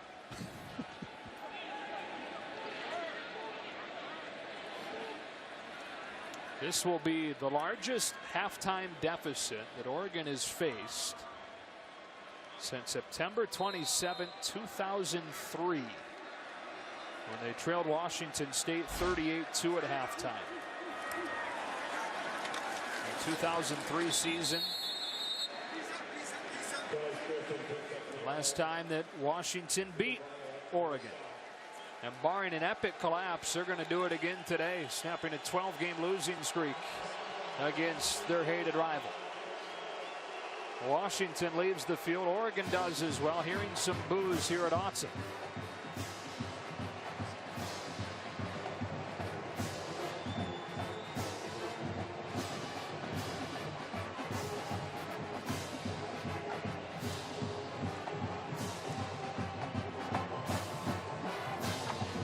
Top 5 for the first time since 2000 for the Huskies, and proving they belong there. Trying to beat Oregon for the first time since 03. Trying to start 6-0. Took the crowd out of the game early. We go down to Jenny Taft. Coach, you turned both of Oregon's turnovers into scores. How pleased are you with the versatility you're seeing from your offense? Yeah, I mean, we got to capitalize when we get turnovers. Defense doing a good job stopping them and getting turnovers when we need them. Are there any changes you're looking for in the second? You dominated the first. We just got to keep playing hard. Okay, thanks for your time. All right, Jenny, halftime in Eugene. Right now, we send you to Rob Stone in Los Angeles for the State Farm halftime show.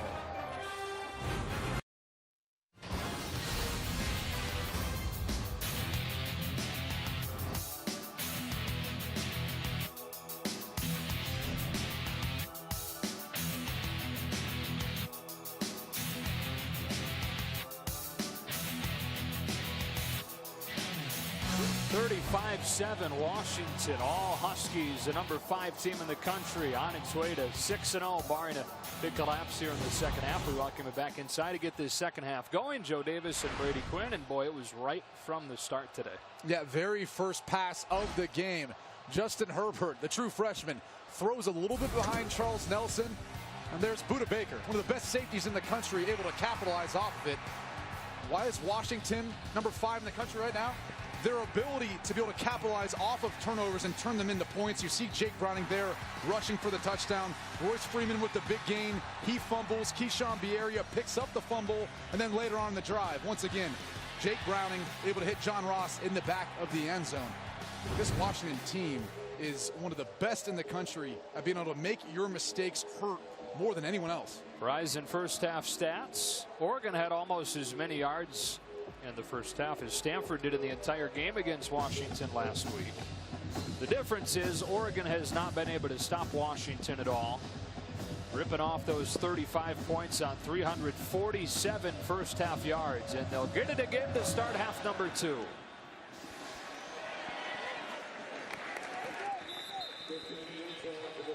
Let's go down to Jenny Taft. Well, guys, it's interesting. I did not have a chance to talk to head coach Mark Helfrich. He blew right past me, and I did want to report, though, that I watched Justin Herbert very carefully at practice yesterday, and you could tell that the guys were really looking up to him. Coach mentioned that they'd been behind this move. A lot of the players say he plays with poise, and most of the coaching staff emphasized to me that right now they need to see him play with poise. Just focus on doing the little things. If he does that, they'll be pleased. All right, 13 of 20, Jenny, in that first half. For 124 yards, 1 touchdown, 1 interception. Did some good things with his feet as well. But it's Jake Browning in Washington from the 25-yard line. And Myles Gaskin on the first play of the second half romps for 9 more. Gaskin now with 12 carries for 163. To lead the way for this Husky offense. Browning efficient as usual. Number 2 in the country in passing efficiency coming in, and he's done nothing to hurt that cause. We told you Gaskin's numbers. And Pettis leading the way through the air with John Ross. 6 catches, 57 yards. Pettis 5 catches, 88 yards. On second down in the yard, Gaskin again. And a first down to the 41. Jimmy Swain with the stop.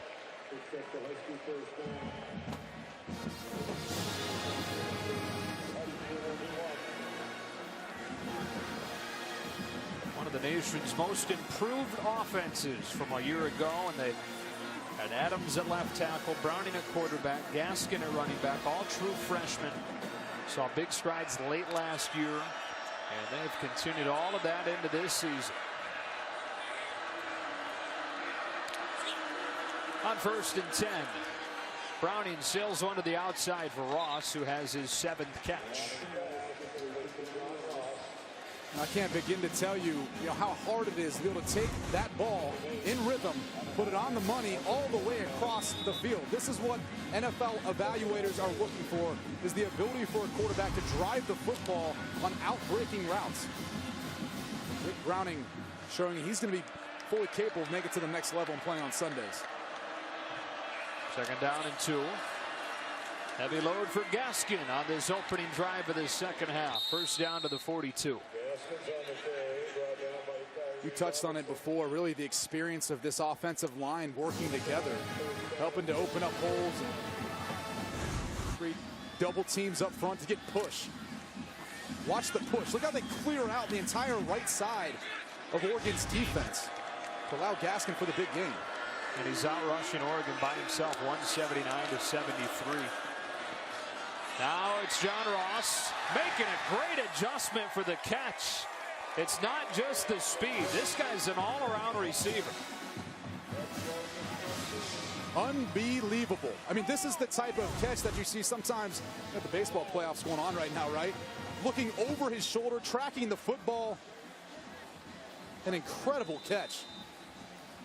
This is that big-time playmaking ability that I feel like the Washington offense missed in the passing game last season when John Ross was injured. Now they've got him back, and it opens up so many things for this offense. Tore his ACL in the spring. Worked back from it and has been awesome. Gaskin surges behind that O-line for 5. You know, Ross said that he looked at that injury last year as a blessing in disguise, that he got mentally stronger, got physically stronger. Strength staff had to stop him sometimes from increasing his squat weight too much to protect that knee.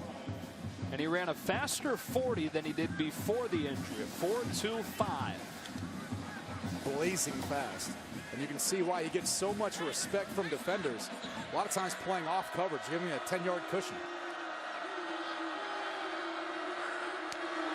Second down and 5. Browning with a fake. Floating into the end zone. Ross has it sail over his head. Third down.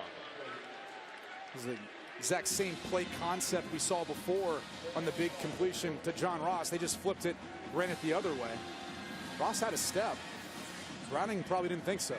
It's usually he never misses by that much. No. Devon Dotson comes in, replacing Gaskin. If you're the Oregon defense, you've got to bring pressure. You've got to find some way trying to throw off the timing and rhythm of Jake Browning in this Washington offense. They do bring it. Browning gets rid of it quickly. Dotson makes a cut, and it's 1st and goal as Schooler drops him. Good block from Aaron Fuller out on the edge for a first down. Well, you're going to see motion out of the backfield, and really, Brendan Schooler, he's going to be the guy responsible for it. Look how much space is between the two. Just an easy pitch and catch for the first down. Now Dotson pulled down in the backfield by Mondu.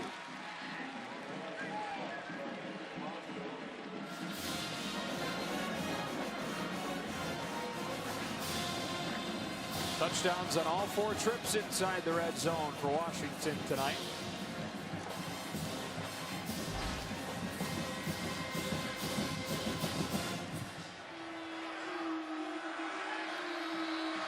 A lot of people left in here despite the score after a half.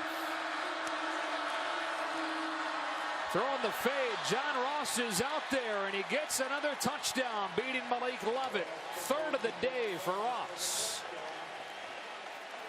And this is as easy as it gets as far as a pitch and catch. We talked about Ross's speed. Watch the hesitation off the line, and he leaves Lovett in the dust. Perfectly thrown ball by Jake Browning. And that's the other thing. Look, Washington's running the ball so effective that it forces the Oregon defense to be one-on-one on the outside. Second drive today of 10 plays or longer for Washington, and they start the second half with a touchdown. 3rd passing touchdown of the day for Browning, and the 3rd one that winds up in the hands of John Ross. What a season he's having on his way back from the ACL. 9 touchdowns already for number 1. Fox College Football, presented by Verizon, is sponsored by Nissan, premier partner of the Heisman Trophy. By KFC, Go Buckets. It's finger licking good. And by Progressive, handing off big savings to you. Actually, there's a really good crowd still left in here despite the 42-7 score. John Ross with his 3rd touchdown of the day. That's a career high for him. 3 touchdowns in a single game, and telling some of his teammates that quick move that got him so open. They'll again chip this one short. And Tony Brooks-James comes up to grab it before he's swallowed up at the 29. 10 Eastern tonight over on FS1. It's Arizona and 24th ranked Utah, all streaming live as well on Fox Sports Go. So Arizona's 2-3, but Rich Rod in his 4 years in Arizona has not lost to Utah. Well, huge, too, when you're looking at the Pac-12 South picture. Trying to make a case for the Pac-12 championship game. Offside. Number 23 of the kicking team. That 5-yard penalty will be enforced at the end of the play. First down. Utah, obviously, with that tie-breaking scenario over USC, who beat Colorado today and now is trying to make a run. So if USC wants to have a shot, they got to keep winning, and they need Utah to drop one. So Justin Herbert back out there for his beginning of the second half. He feels pressure and throws incomplete, in and out of the hands of Jalen Brown. What'd you think of the first half of Justin Herbert? Well, look, again, besides the first pass of the game, I thought he did a good job of eventually settling down and finding some open guys, making some good throws and leading his team, and really making plays when there wasn't much there. Pressure coming out of the secondary, gets rid of it to Farrell Brown, and Azim Victor plants him. But if you're an Oregon fan, and yeah, this is tough to watch right now, being down by so much, by 35 points at this point in time. But Justin Herbert's shown the ability that he could be the guy for the future. They roll him on 3rd and 4. In rhythm, he goes underneath, and Nelson is hit by Buda Baker right at the marker. And they do, it looks like, spot him with enough, or no, just short. No, now they're going to move him. 1st and 10 at the 44. Tony Brooks James, a nice hole. And he can't get away from JoJo McIntosh. Must be doing those tennis ball exercises, tennis ball squeezes. Held on for dear life. We're going to look at Tony Brooks James as he's able to break through, but JoJo McIntosh able to just get enough of that undershirt to bring him down. He's having a good game. Look out. Got rid of it just in time. And Azim Victor with a sure open field tackle on Brooks James. This is the one of the things I was curious about Justin Herbert is if he can take a hit. Only played a little bit last week versus Washington State. So look at it. It's the live action. Joe Mathis gets there just a half second too late. It's part of playing quarterback. You're able to take a hit, get back up, dust yourself off, and go play the next play. 3rd down and 2. Brooks James behind a pair of pulling offensive linemen has a first down. Hit by Taylor Rapp after a run of 14 yards. And you don't want Brooks James to get going. I mean, look, he's a 10-6, 100-meter guy. His track here at Oregon, once he gets going, he is tough to stop. Defenses have a hard time getting him with their angles. Back to him here. And he slices through an opening for another first down. He looks a little more like the running backs of old at Oregon, of recent old. Kind of reminds you a little bit of LaMichael James. Royce Freeman's kind of that bigger back, more of LeGarrette Blount, but definitely a nice 1-2 punch. You look at both players' skill set. This is Sidney Jones limping off. NFL prospect at corner for Washington. They've got a lot of depth, though, in their secondary. And look at the rest of their players. Darren Gardenhire, he's going to be the guy that comes in to replace him. These guys are tall and rangy and have a ton of ability covering down on the back end. Herbert trying to get around O'Brien. It has Taj Griffin coming loose for an Oregon touchdown. First receiving touchdown of the season for the sophomore from New Jersey.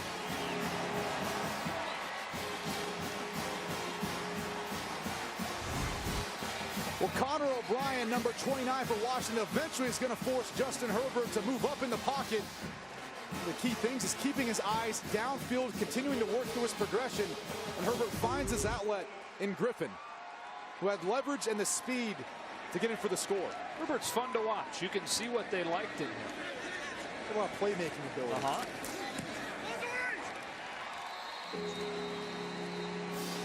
So 42-14, second touchdown pass of the day for Justin Herbert. Both of them coming after a bit of a scramble.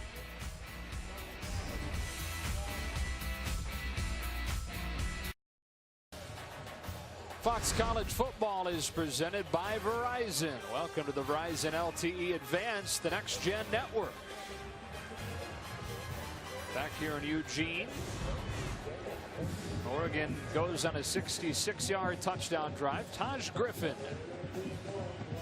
is in there for the score. First receiving touchdown for him this year. On the second touchdown pass of the day for Herbert. John Ross back to return the kickoff. Washington in front by the same score that they won by the last time they topped Oregon.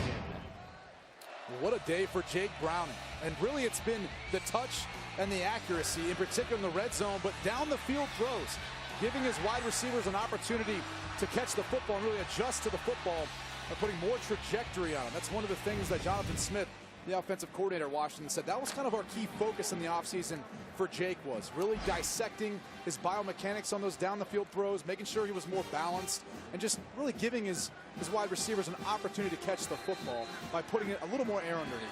Doesn't necessarily have your prototypical NFL pocket passer size, listed at 6'2", 210. Handing off to Levon Coleman. And Coleman has a nice first down gain of 5, but it seems like he's got just about everything else. Yeah, I mean, if the size is the one thing he lacks, again, he can make up for it. He can put on a little more weight. He's still young. He's only a sophomore. But you look at everything else about this young man and Jake Browning, and he's got the opportunity to really be something special. And there are plenty of guys who have succeeded at this size and even smaller. On 2nd and 5 against pressure, Coleman, big hole. Levon Coleman high steps his way to the sideline and knocked out at the 30. Arion Springs gets him after 42 yards. Oh, we talked about this Washington offensive line. Look at this hole that opened up. That's big number 52, Jake Eldrenkamp, pulling around to help set the edge. Allow Coleman with the big gain. These boys up front have developed a sense of chemistry with working with one another. Takes some time. Look at the Oregon offensive line. They got 4 redshirt freshmen. They'll be there one day too. John Ross starts his play in the backfield, motions out. From the 28-yard line, Browning scans the field, taking an end zone shot. Pettis out there for another opportunity at a catch, but he couldn't hang on. Pettis didn't control it all the way to the ground. It came out, and it's 2nd and 10. Well, this might have been a throw where Jake Browning put too much air on the football. Really allowed Oliver to make a play and get back into it, but I mean, I don't know what a catch is anymore. It looks like Pettis is able to secure the football. He gets 1 foot down, 2 feet down. I mean, they're saying you've got to maintain possession by maintaining control of the football as you go to the ground. The previous play is under review. The ruling on the field is an incomplete pass. And by that standard, that's clearly not a catch. No, it's not a catch because they consider that not completing the action of the catch as you go down to the ground. The hard part is when you try to make a case for whether or not this is a catch or not is you only have to get 1 foot down in college football. So technically, if you're looking at it from an NFL standpoint, it'd be different, right? Because it's 2 feet in the NFL. In college, it's only 1. So he right now has maintained possession of the ball. He gets 1 foot down, 2 feet down. To me, he's already completed the action of the catch. That's where there's a little bit of a difference, at least to me, when you're looking at the NFL ruling of what a catch is and the college rule when you're talking about in the end zone.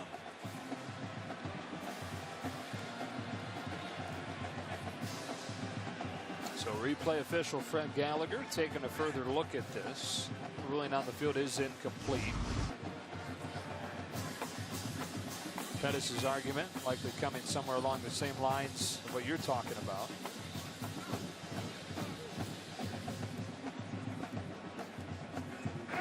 After review, the receiver caught the pass as an upright player. Got 2 feet down in the end zone. As a result, it's a touchdown. There you go.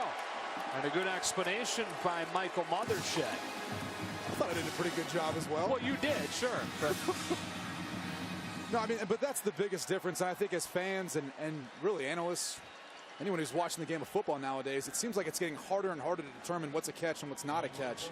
But in college football, it's a bit easier because you only need 1 foot while maintaining possession of the football, completing the catch. To then qualify in that case as an upright receiver like Mothershed told you. Got a feeling that one's going to be on Mike Pereira's weekly rules video that he sends us.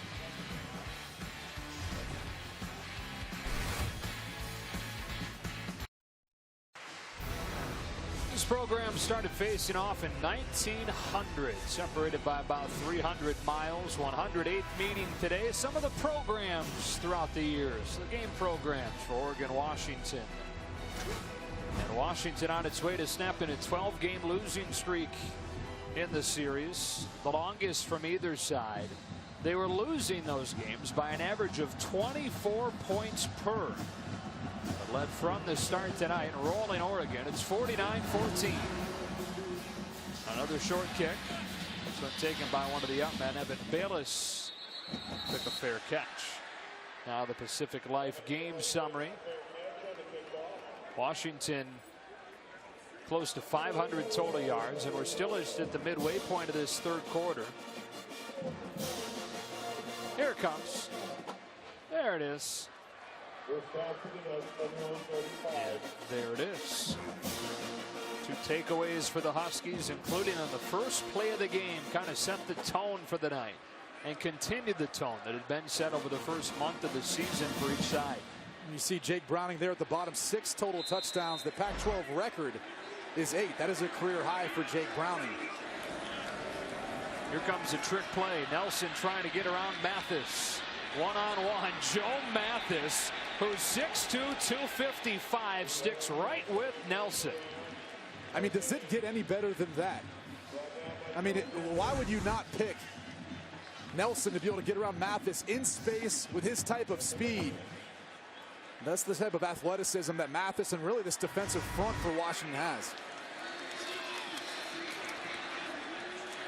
Herbert goes underneath the Brooks James for a short game. Washington making a pretty good case. And one of the very best defenses in the country. On 3rd and 9, a fake to Brooks James, who sets up and throws. Incomplete.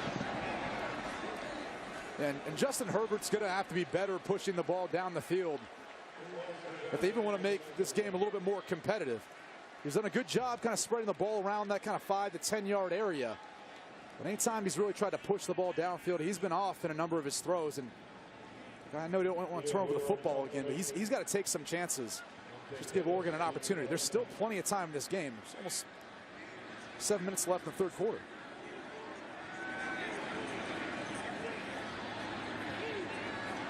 Very least, a lot of time to get some good work in for a guy making his first career start. There's Pettis with a fair catch at the 30. And so Washington's offense behind Jake Browning, who's 19 of 23 with 4 touchdowns through the air and 2 on the ground. Back out there after this.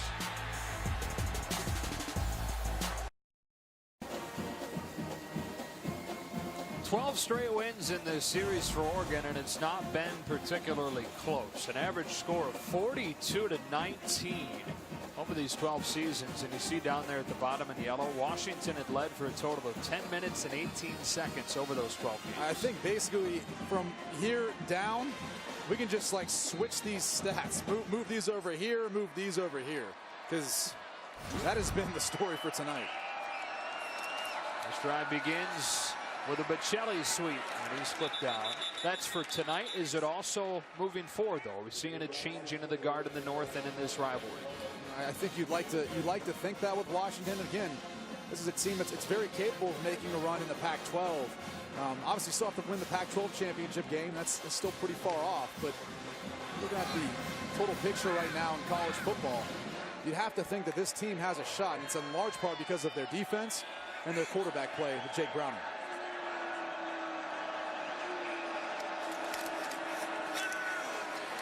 To the outside goes Gaskin. And he's got a first down before his horse collared out of bounds, and that will bring a flag. Ty Griffin is called for the penalty. You can't grab a player by, see how he goes up to grab up at the top, really the collar of his shoulder pads, then bring him down. He's going to draw the horse collar every time, and you can see the side judge was right there to catch it. Personal foul, horse collar tackle, number 10, defense. That 15-yard penalty will be enforced at the end of the play. First down. And that was really because of Myles Gaskin's speed. I mean, he got to the edge, he accelerated, and he put Ty Griffin in a position where he had to try to get a hand on him. The only way really before Gaskin turned upfield for the bigger gain was making it a horse collar. He comes out. Devon Dotson comes in. It's Dotson. And a reverse. John Ross blockers in front. And Ross gets tripped up with a 49-14 lead. A reverse for 26 and taken out about a decade of frustration. Well, these are some of these misdirection trick plays. Watch the defense all move this way initially with the run. And then there's John Ross, and that looks like a punt return. Ross in open space with blockers. Not for the shoestring tackle there. He's in the end zone. Khalil Oliver with a touchdown saving tackle on Ross.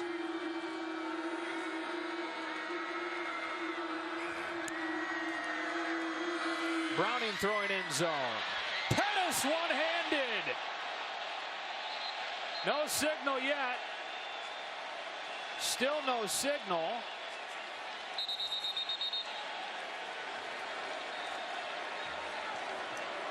There it is. Touchdown. What a grab by Pettis. Watch the concentration for Dante Pettis.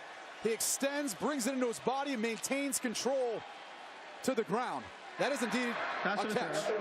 Number 23 defense. That penalty is declined. The result of the play is a touchdown. And the Washington offense is really picking on Malik Lovett. It's the second touchdown now on that fade route. And really what these wide receivers do a good job of is they threaten them to the inside, making them think it's a slant, and then they move to the outside. That's why they have a step on Lovett. Browning with his 5th touchdown throw of the game. That ties a single game record at Washington. Pettis has 2 of them. Ross has the other 3. This one the most impressive of the bunch. Look at the fingertips. Again, he brings it into his body as he goes to the ground. Different than his last touchdown catch where he was considered upright. In this particular play, he's got to maintain control against the body. He can't allow when he goes to the ground for the ball to come out or touch the ground. The Huskies, they're feeling pretty good about themselves right now. Oof, wouldn't you? Building a lot of momentum in the Pac-12, and maybe this might be the best chance for the Pac-12 to get a team into the college football playoff.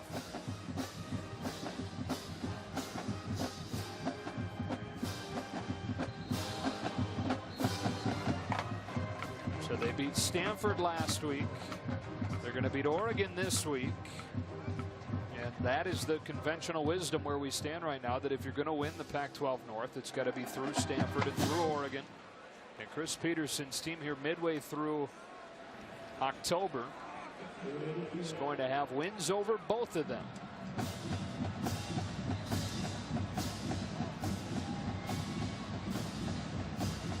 Dylan Mitchell back to return for the first time this year.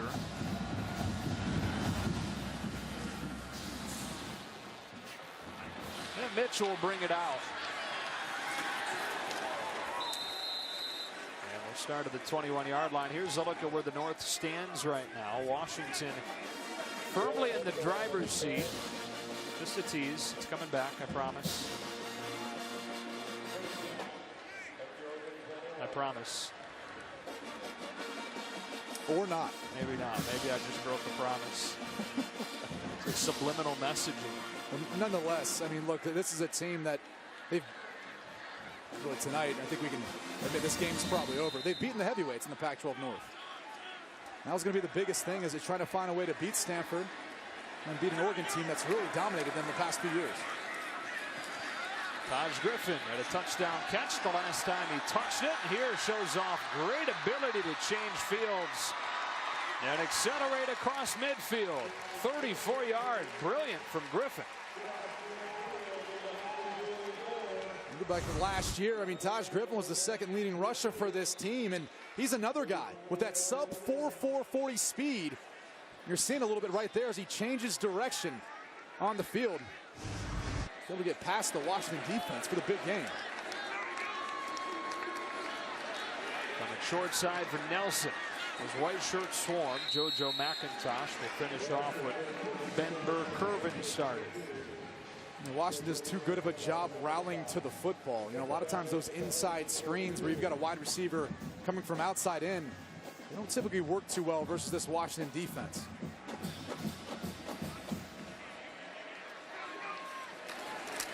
Brooks James. Burr-Kirven the stop, and it's third down. Again, third down, but really everything is four down territory at this point. The game being a little bit out of hand.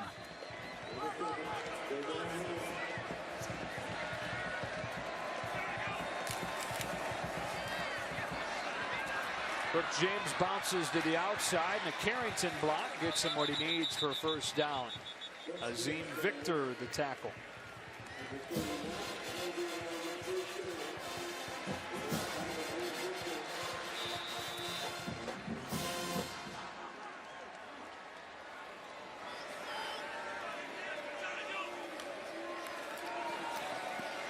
Herbert zips one.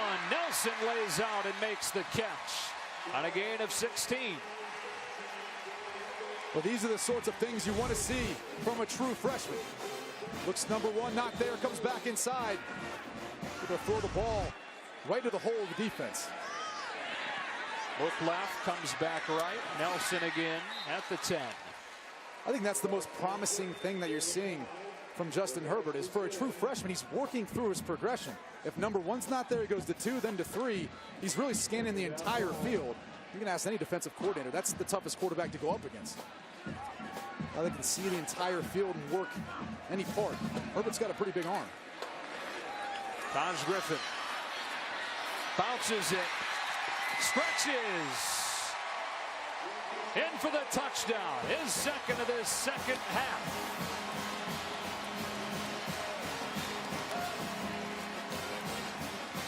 The five-star recruit out of Powder Springs, Georgia, showing off his speed and his ability to run through some arm tackles. Just Griffin presses the hold and bounces outside, and the Husky defense just couldn't catch up.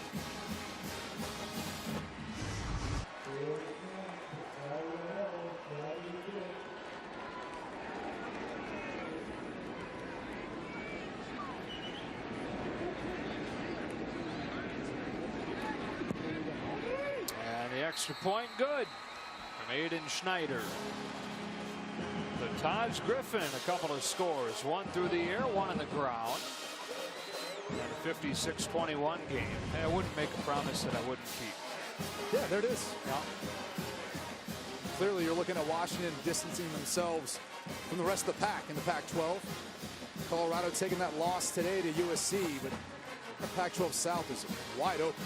A ton of football left to be played, and probably more parity in that division compared to the North. And this is the Huskies division really to win and try to make a play again for the college football playoff, because it's going to be hard to get in if you're a two-loss team. You could probably suffer one loss, but I don't know if you can lose twice and be a conference champion and still make it in. Now, the loss today for Houston versus Navy, that's going to help out a lot of conference champions.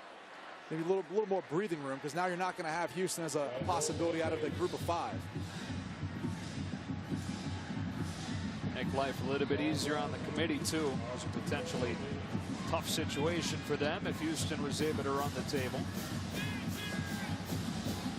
Big one for Washington State tonight down in Palo Alto, and potentially setting up for a special Apple Cup Thanksgiving weekend.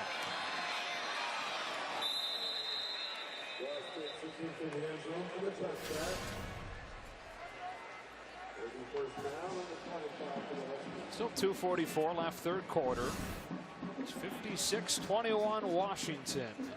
And how long will they go with the starters in there? Still Browning. How long do you go with the starters if you're Chris Peterson? I mean, look, you can't feel overly comfortable. You got a big lead, but you've seen Oregon now the past 2 drives march right down the field.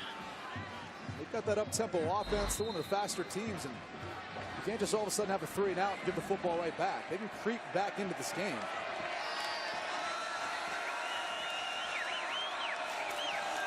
It's Javon Dotson. Justin Hollins grabbed a hold of him, went for a ride for 2.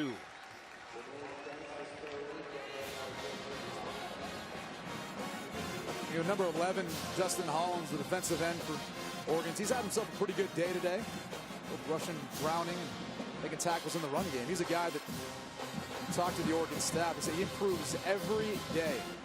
He's one of those guys who's one of the promising guys up front, making that transition from the 3-4 to the 4-3. Was called last year with an injury. Slid from outside linebacker to DN with that shift in defense. Browning wants one-on-one. Down the sideline, John Ross can't run under it. This time Malik Lovett was able to stick with him. And that was one of those deep balls that you see Jake Browning throw. He didn't put enough air on that. Didn't give Ross an opportunity to make a play on the football. Just a little bit too far out in front, too far inside, and too flat. Often it happens where Ross is so fast that he'll outrun Browning's throw. And you talk to the coaching staff, they said he actually had to work with John Ross to come back to the football to ensure that he gets some sort of pass interference by coming back to forcing the defenders to make a play on him. Now a big 3rd down. We'll see if the Oregon defense can get a stop.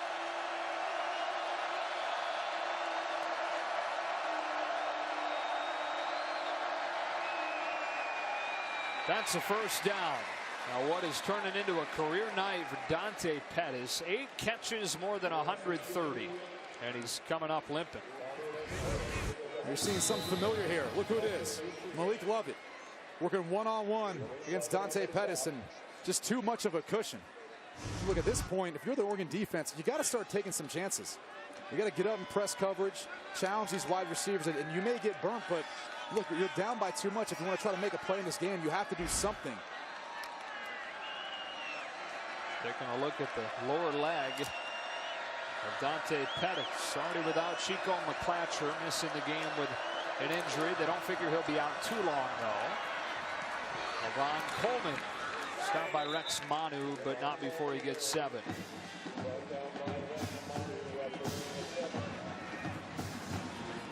And a nice resurgent year for Levon Coleman. Had a pretty good year as a freshman, sharing time with Dwayne Washington, but then last year ran for only 176. Miles Gaskin came kind of out of the middle of nowhere to take the starting job and had the large majority of the carries. Coleman kind of went by the wayside, but they've been really pleased with how he's been this year. They said he weighs the same, but he's just got a little more burst to him this year. Junior from California takes it again, bounces outside, has a first down and more into Oregon territory at the 45. It was interesting talking to the Washington staff when they talked about Coleman. You know, it wasn't his running ability. It was actually his pass protection they said they were most impressed by. The fact that he was unselfish and willing to try to shore up the pass protection to help Browning out. And that run from Coleman will bring Browning and the Huskies to the end of the 3rd with a 56-21 lead over Oregon.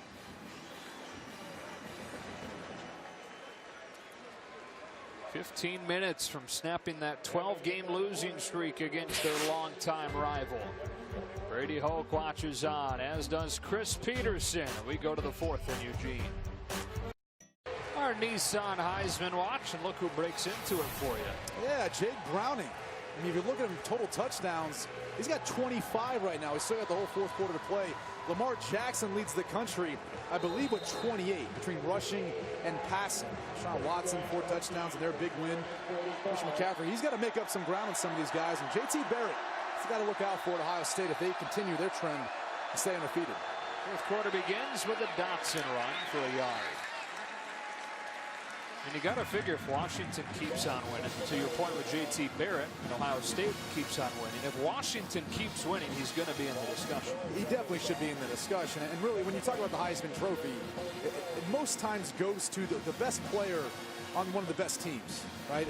And so the team has to be in contention. And that's where I think if this trend continues, keep your eye out for Jake Browning, because if you look at Louisville, they've already lost once. It'd be Deshaun Watson coming out of the ACC that Browning would have to compete with for the award.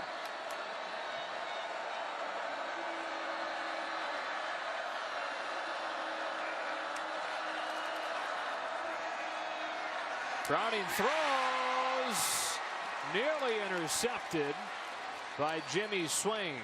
It's only been picked off twice this season. Swain read that well, but couldn't squeeze it. Ill-advised decision by Jake Browning, and that's a rarity. Watch here. Swain's going to eventually undercut the route. Watch him retrace his footsteps, get underneath Pettis, and almost have the pick. Browning never saw him coming because he was working to the right side of the field, back to his left, so he never had vision on Swain.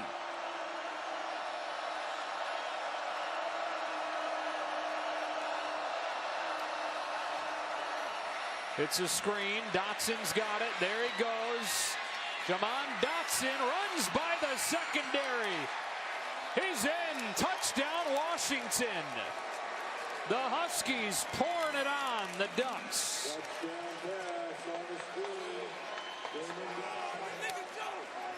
You always want to give players the credit for these big-time plays, but this is, again, Jonathan Smith with a perfect play call on third down. It sets up the screen, and look at that.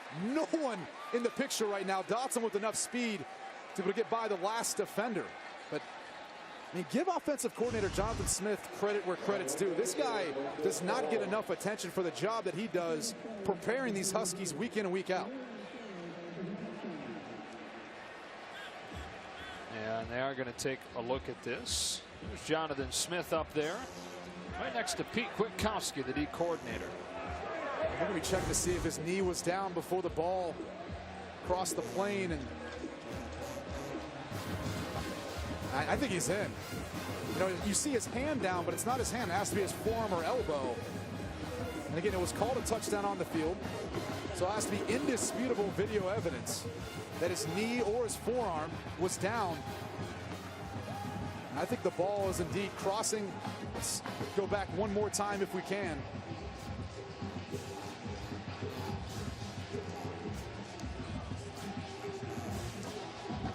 As you see Lovett try to make a shoestring tackle to stop Dotson from entering the end zone.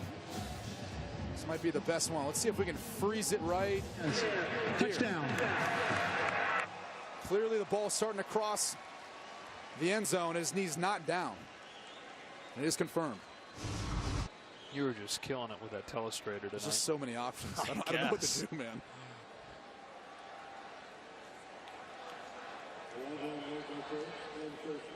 With this extra point, Washington has matched the most points in a game against Oregon ever. 1951, they won 63-6.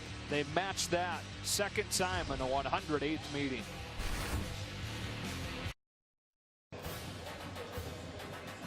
Fox College Football is sponsored by Dr. Pepper. It's a college football tradition. By State Farm. Here to help life go right. And by DirecTV. If you call yourself a sports fan, you got to get DirecTV. High above Autzen Stadium on a gorgeous night for football. But it's been all Huskies 63-21. Matching the most points they've ever scored in this series. Jake Browning's 8 touchdowns responsible for matches a Pac-12 record.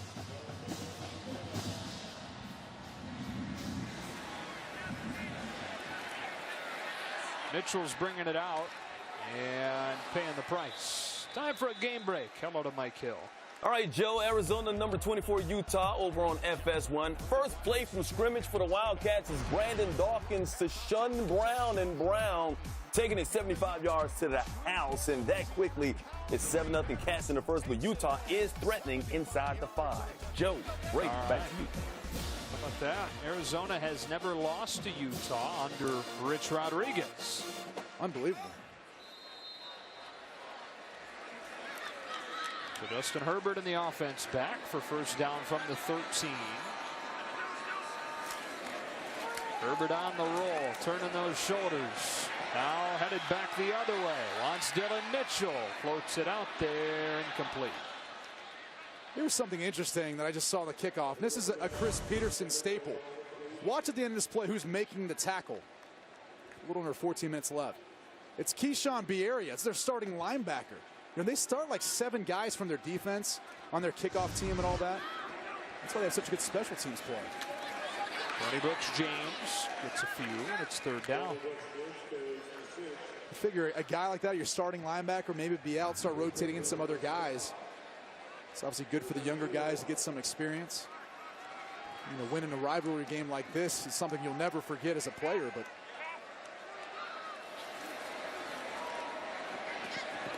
off of the hands and incomplete. Johnny Munt, the intended receiver, making it fourth down. And those are the type of throws that you've got to be able to make. That'll come with time. And Justin Herbert, a true freshman, he's only had 1 week of practice being the starter, so those rhythm throws, those timing throws, and those quick outs like you just saw, it takes time to build that sort of rapport with your wide receivers and really with your trust and confidence in those throws. Not that Dakota Prukop played poorly, but Oregon playing the long game here. The true freshman at the start.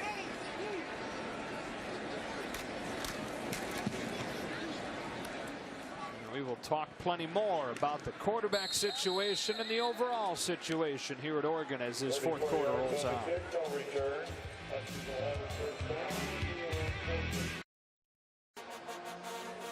It's been all Washington tonight. Oregon set to fall to 2-4 here in year number 4 under Mark Helfrich. 11 wins his first season, 13 wins his second season, 9 wins last year. He took over, of course, for Chip Kelly. Kelly went out of the NFL. Kelly is a guy that replaced Mike Bellotti, who a lot of people credit for helping turn this program around. Before him, it was Rich Brooks, 18 seasons at the helm of the program. KJ Carter-Samuels in the game, handing off. Rich Brooks was here for 18 seasons, despite being 18 games below 500 in his career. So the tolerance was much higher then. The guy that he replaced was Don Reed. Don Reed is the last man to be fired as head coach at Oregon. That was in 1976 after a 9-24 tenure. I think people need to slow down and be patient. You know, when you look at the transition that this Oregon team is going through right now, let's just look at the defensive side of the football. A change in scheme as far as what they're going to look like. All these different starting combinations on defense. Huge hole for Dotson. And Javon Dotson inside the 20. And you look at the contrast with Washington right now. Look at Washington 2 years ago. Not as competitive of a program at that point in time when Chris Peterson first got there, but he's built it over time with a lot of that youth and now the experience, and now you see what they're capable of. So, look, this is going to be a rebuilding period. A lot of people forget, and maybe are spoiled having a quarterback like Marcus Mariota, realizing how good he was. All of a sudden, that kind of leads into the graduate transfer quarterback conversation. Because you look at Vernon Adams last year, I think had he not gotten hurt, missed some time, things could have worked out a little different. But with Prukop, you know, if you're betting on 1 year, being able to do it with the guy, it's not that easy. Flying in there to make the tackle is Kalana Apelu. You know, it's amazing to think that 2 years ago he had him in the national championship game. You know, quickly people are trying to forget about that. With a rough start, no doubt. There are already people that want him gone. And you know, you look at some of the talent they lost. Eric Armstead, of course, Buckner.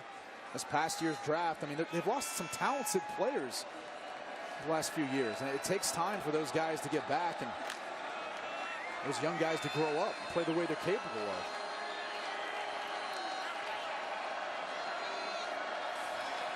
On second down, Autzen again inside the 5. First down and goal for the Huskies.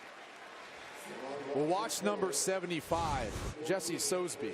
He's going to pull around and absolutely lay a pancake. Look at that. Nice. And that's been happening all night. And this is something that the Washington's really been doing all season long. I mean, everything starts with the running game. And then there's the play action pass. And then there's some of the drop back passing game off of that. But the running game really allows Jake Browning to be so efficient in the passing game because he's got one-on-one coverage on the outside. And he's got bigger throwing lanes because how effective they are running the football at Washington.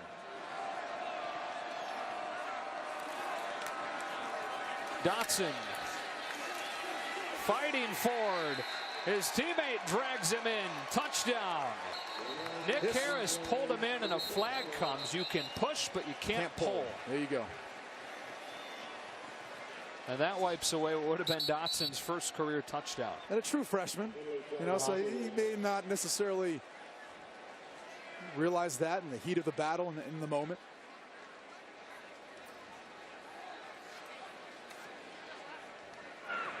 Aiding the runner, number 56 offense. That's a 5-yard penalty. So first down. It's on Nick Harris, freshman out of Inglewood. Yeah, it used to be that you could not assist, either push or pull a runner into the end zone. But now that's changed.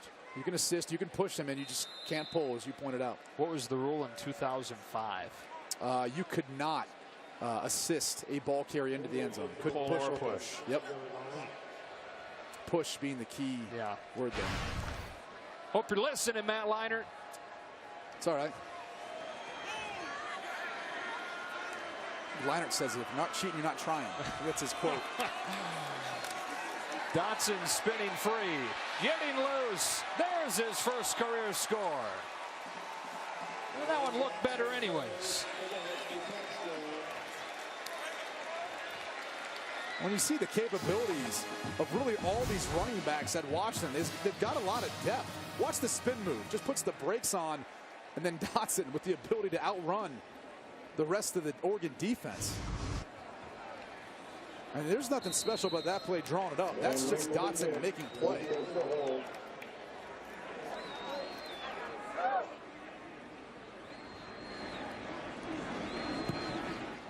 .70 for Washington. We came on the air talking about the defense, and it's been impressive, but 70 produced by the Washington O.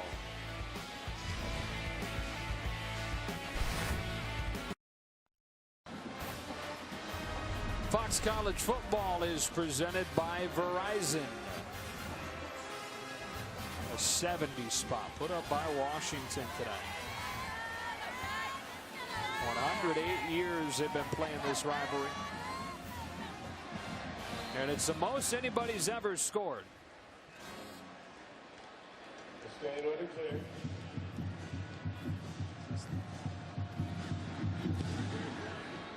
108 meetings, I should say. Goes back to 1900. Time for a game break. Let's check in on another rivalry game with Mike Hill.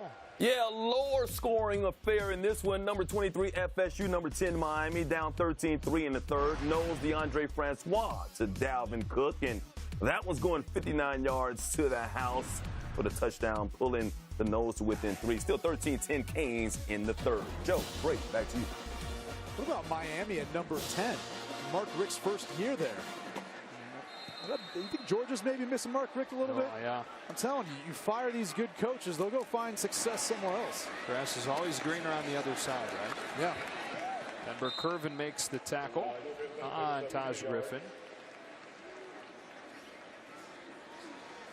You saw a moment ago Browning's final numbers. You would assume final numbers. He's been replaced by Carter Samuel.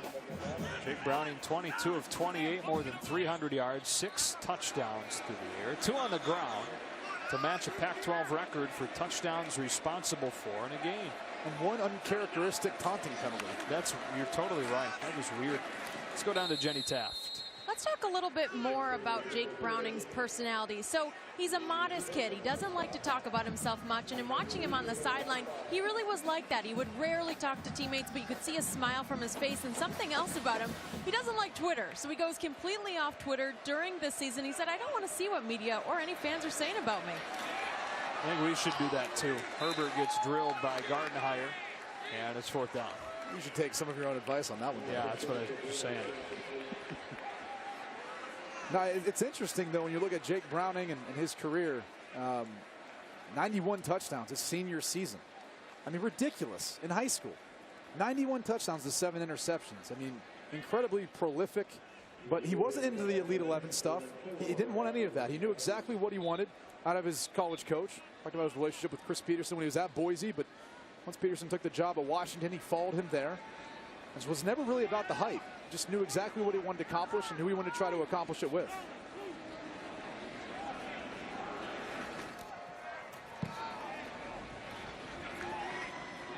Aaron Fuller with a fair catch. There is a flag that comes flying in.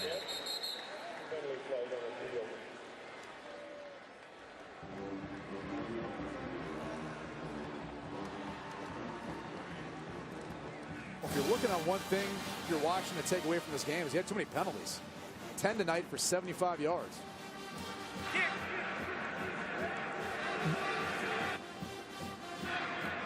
During the kick, illegal block in the back. Number 13 of the defense. Number 31, 10-yard penalty, 1st down. And there's number 11. So if there is something to kind of break down if you're Washington Huskies, it's too many penalties. This will be the first time Washington has beaten Oregon since 2003. Cody Pickett was sidelined at halftime. Casey Poss came in, threw a couple of touchdowns. Shelton Sampson had a 77-yard touchdown run, 42-10 was the final in that game. Look at that visor. Sweet. You can't do that anymore, right? The No, dark you visor. can't. That was back when you have your tail plate out, all that, showing off the abs, cool visors.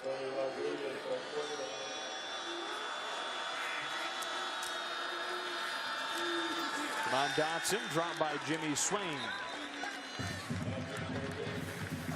A third quarterback comes into the game. Tony Rodriguez seeing his first action. These rivalry games, always try to get as many players as you can when you've got a lopsided win like this. So everyone can kind of enjoy and look back on the experience of being able to beat your heated rivals. That includes Jeff Lindquist, who is a converted quarterback himself, playing tight end now. He's played just about everything in his time at Washington. He's unable to block Swain, who's played a good game for Oregon. You can see clearly that still a transition for Jeff Lindquist. And it's not easy. Going from quarterback to all of a sudden tight end, you have to be at the point of attack and run blocking. But it's very versatile. He's on all the special teams. He's a holder. He's the person protecting the punt team. That actually allows Washington to have a lot of freedom with their fakes and what they do. So teams have to prepare a little bit extra for Washington on special teams because of his ability to throw the football.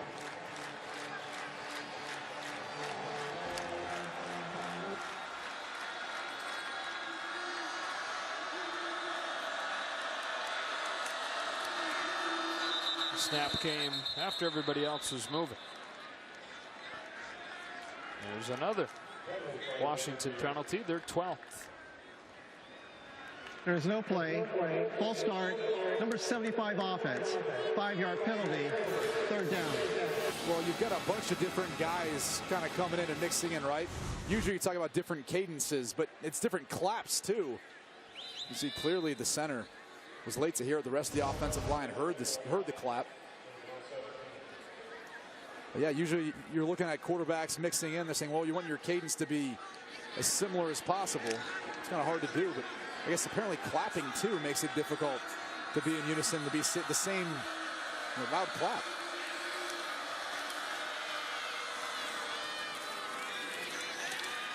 Danny Mattingly gets a tackle on a 3rd and long run, so the punt team will come out. Amazing how a clap, even in the loudest stadium, somehow pierces that crowd noise. Yeah, it still blows my mind. I mean, usually when you're in shotgun, you're going to do a leg kick, and typically the center's going to look back forward, and then he's going to try to time up his snap. But you don't see that as much anymore because defenses move around so much, and the center's responsible for making a lot of the protection calls and run blocking calls. So instead of doing that, they've gone to the clap, so then everyone can have their eyes up and able to identify what's happening on defense. First punt of the second half and a fair catch from Dylan Mitchell. 70-21 Washington with 6:10 left to go in Eugene. Back in a moment.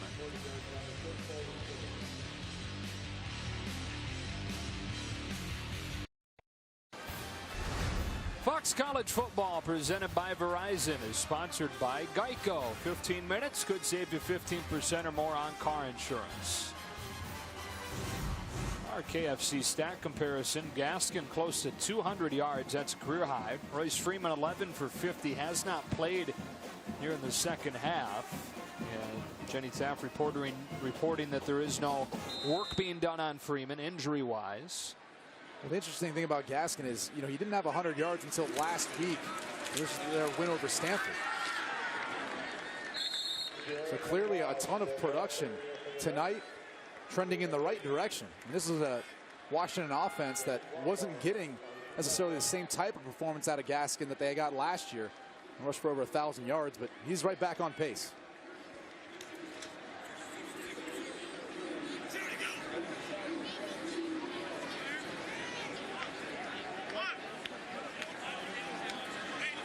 Justin Herbert still in there, making every rep count at this point in his first career start.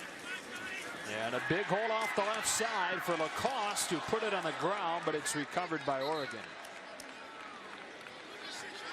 Back-to-back carries for Jarrett Lacoste. It's the backups in for Washington, but watch these guys come in. They're still hitting. There you see Ezekiel Turner getting in on the action. Trevor Walker. A lot of depth in this Husky team. The 34-yard line. It's Lacoste again. Dropped by Joe Mathis. Winding close to the 5-minute mark. And the 108th meeting between these teams. First time anybody's scored 70. A series that dates back to 1900. And we started the conversation talking about the quarterback position, lack of success. Now this is probably, you're in the rebuilding phase if you're an Oregon fan. But to me, it starts with the quarterback. And when you have this up-tempo, high-powered offense, you've got to have the right guy behind center. And it's hard when you're trying to bet on graduate transfers who come in with really only 1 year of eligibility to be able to adapt to the culture, the scheme, and be effective in it. It's too tough. When you look at the success that Oregon's had in the past with quarterbacks, a lot of those guys have come into the program and they've grown up into it. Been much more effective and productive that way. And Jeremiah Masoli, even he was a JUCO transfer, but he still has at least a couple of years he can be in the system. Lacoste again, and that O-line's opening up some good holes against the Washington twos. 2nd and 3. Washington's gone to play a little bit more of a prevent defense. More of a too high look, meaning they have one less defender up around the line of scrimmage. That's obviously playing to the benefit of the Oregon offense right now, in particular running the football. Evan Baelish just limped off at tight end. But Jacob Breland, who caught a long one on the final drive last week at Washington State from Justin Herbert, checks in. On 2nd down, not much there this time. Lacoste carries it again. Stop made by Brandon Wellington, and it's 3rd down.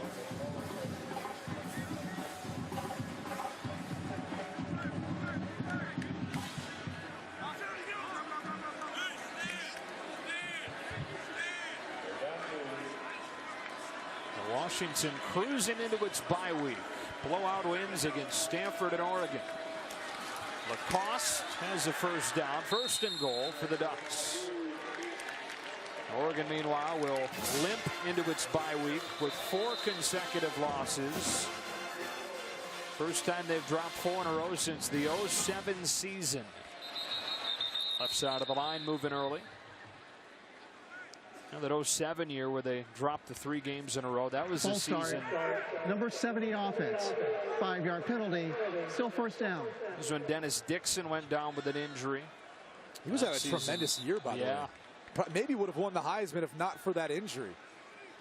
That was the year they ended up because they were on that national championship run, and once he got injured, they started to kind of fall apart a little bit. But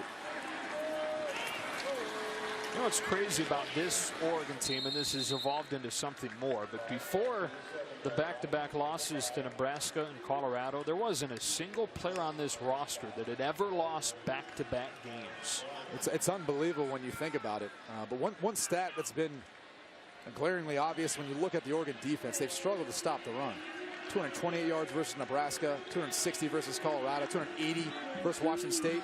Tonight, 379 Washington's rushed for. Lacoste put it on the ground again. He's back on top of it again. Got 9 yards per carry for UW. Trending in the wrong direction.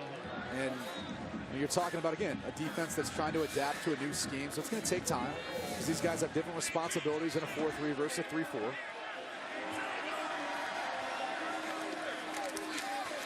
Lacoste again. 4th down. But look, the one bright spot, at least in my eyes tonight, has been Justin Herbert. You watch the way he's played, really with the exception of the first pass of the game. He's been pretty efficient. You know, he's missed some throws downfield, but that's expected in your first start versus one of the best defenses in the country. The 2 touchdown passes, created some plays on his own. He needs to create a play right here on 4th down. The roar you hear is from the Washington fans still here.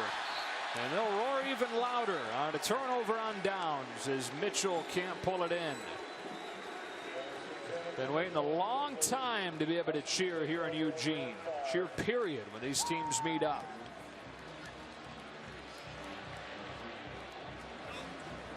Well, on Monday, Game 3 of the NLDS, the Cubs and the Giants for the MLB postseason continuing on FS1.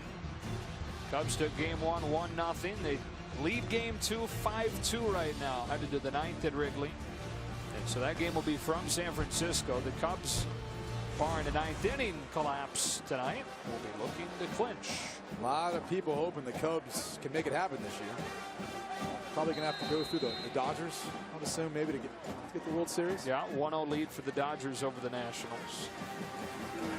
Got a couple Dodger fans on that Washington staff, by the way. Jonathan Smith, Pete Kwiatkowski, the coordinators, both walked into meetings last night and said, go Dodgers. Well, again, but they're from the Southern California, LA area, you know, so that makes sense. You know, they still root for the Mariners as well up there in Seattle. But I don't think you need to defend them liking the Dodgers.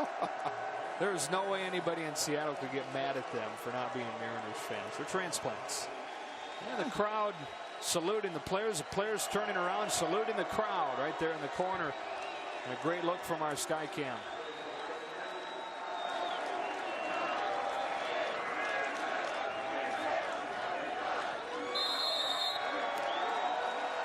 It's one of the only negative rushes you can really recall from this game today for the Washington offense.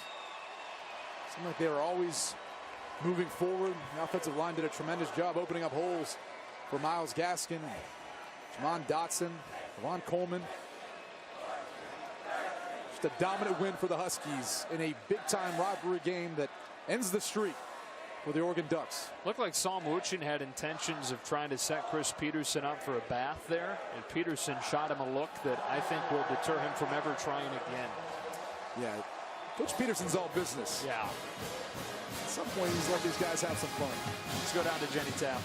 Jake, you didn't just end that 12-game losing streak against Oregon. You really demolished it. How rewarding is this performance and doing it against such a rival? It feels great to get out of here with a win. Coming down to Eugene's always hard. You know, obviously we had the streak, but we weren't trying to pay attention to that or anything. Just come in, play, and I thought we did a good job. You're responsible for 8 touchdowns tonight. You broke a school record, tied a Pac-12 record. How confident are you playing? I mean, I feel like I didn't do anything like crazy. It was kind of did my stuff, did my reads, didn't try and do too much, and just went through my reads. Well, you're doing a lot very well, and your team remains undefeated. It's now halfway through the year. How far is this team capable of going? I don't know. We got to get better over this bye week and then get ready for Oregon State. We're not looking ahead, and I don't think anyone's going to say anything but bye week and Oregon State. Okay, congrats on a big win. Thank you. Thank you. Thank you. Guys. Wasn't going to take the bait, was he, Jenny? Not looking too far ahead. Chris Peterson, you know, would be proud of his response there. We'll be back here to Eugene to wrap it up in a moment.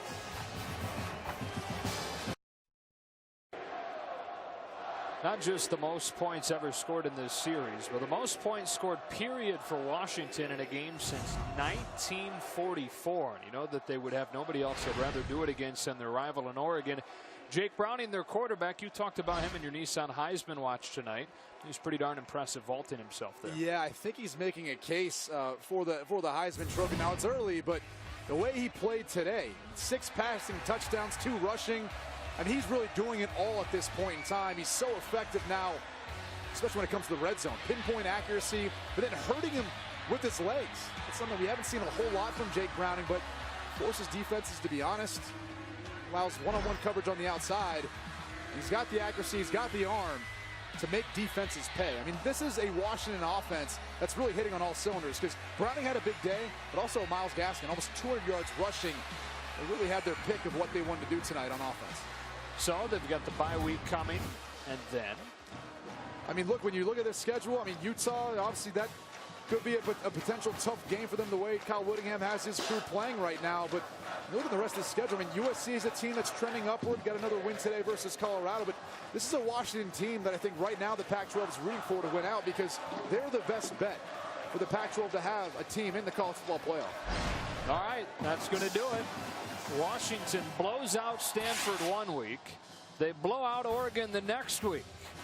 For more college football, flip over to FS1. Arizona and 24th ranked Utah going at it right now. And that muddled picture in the South. Who's going to step forward there in the Pac-12 South? Right now it's Washington in the North. For Jenny Taft, Brady Quinn, the rest of our crew, Joe Davis, wishing you a good night from Eugene.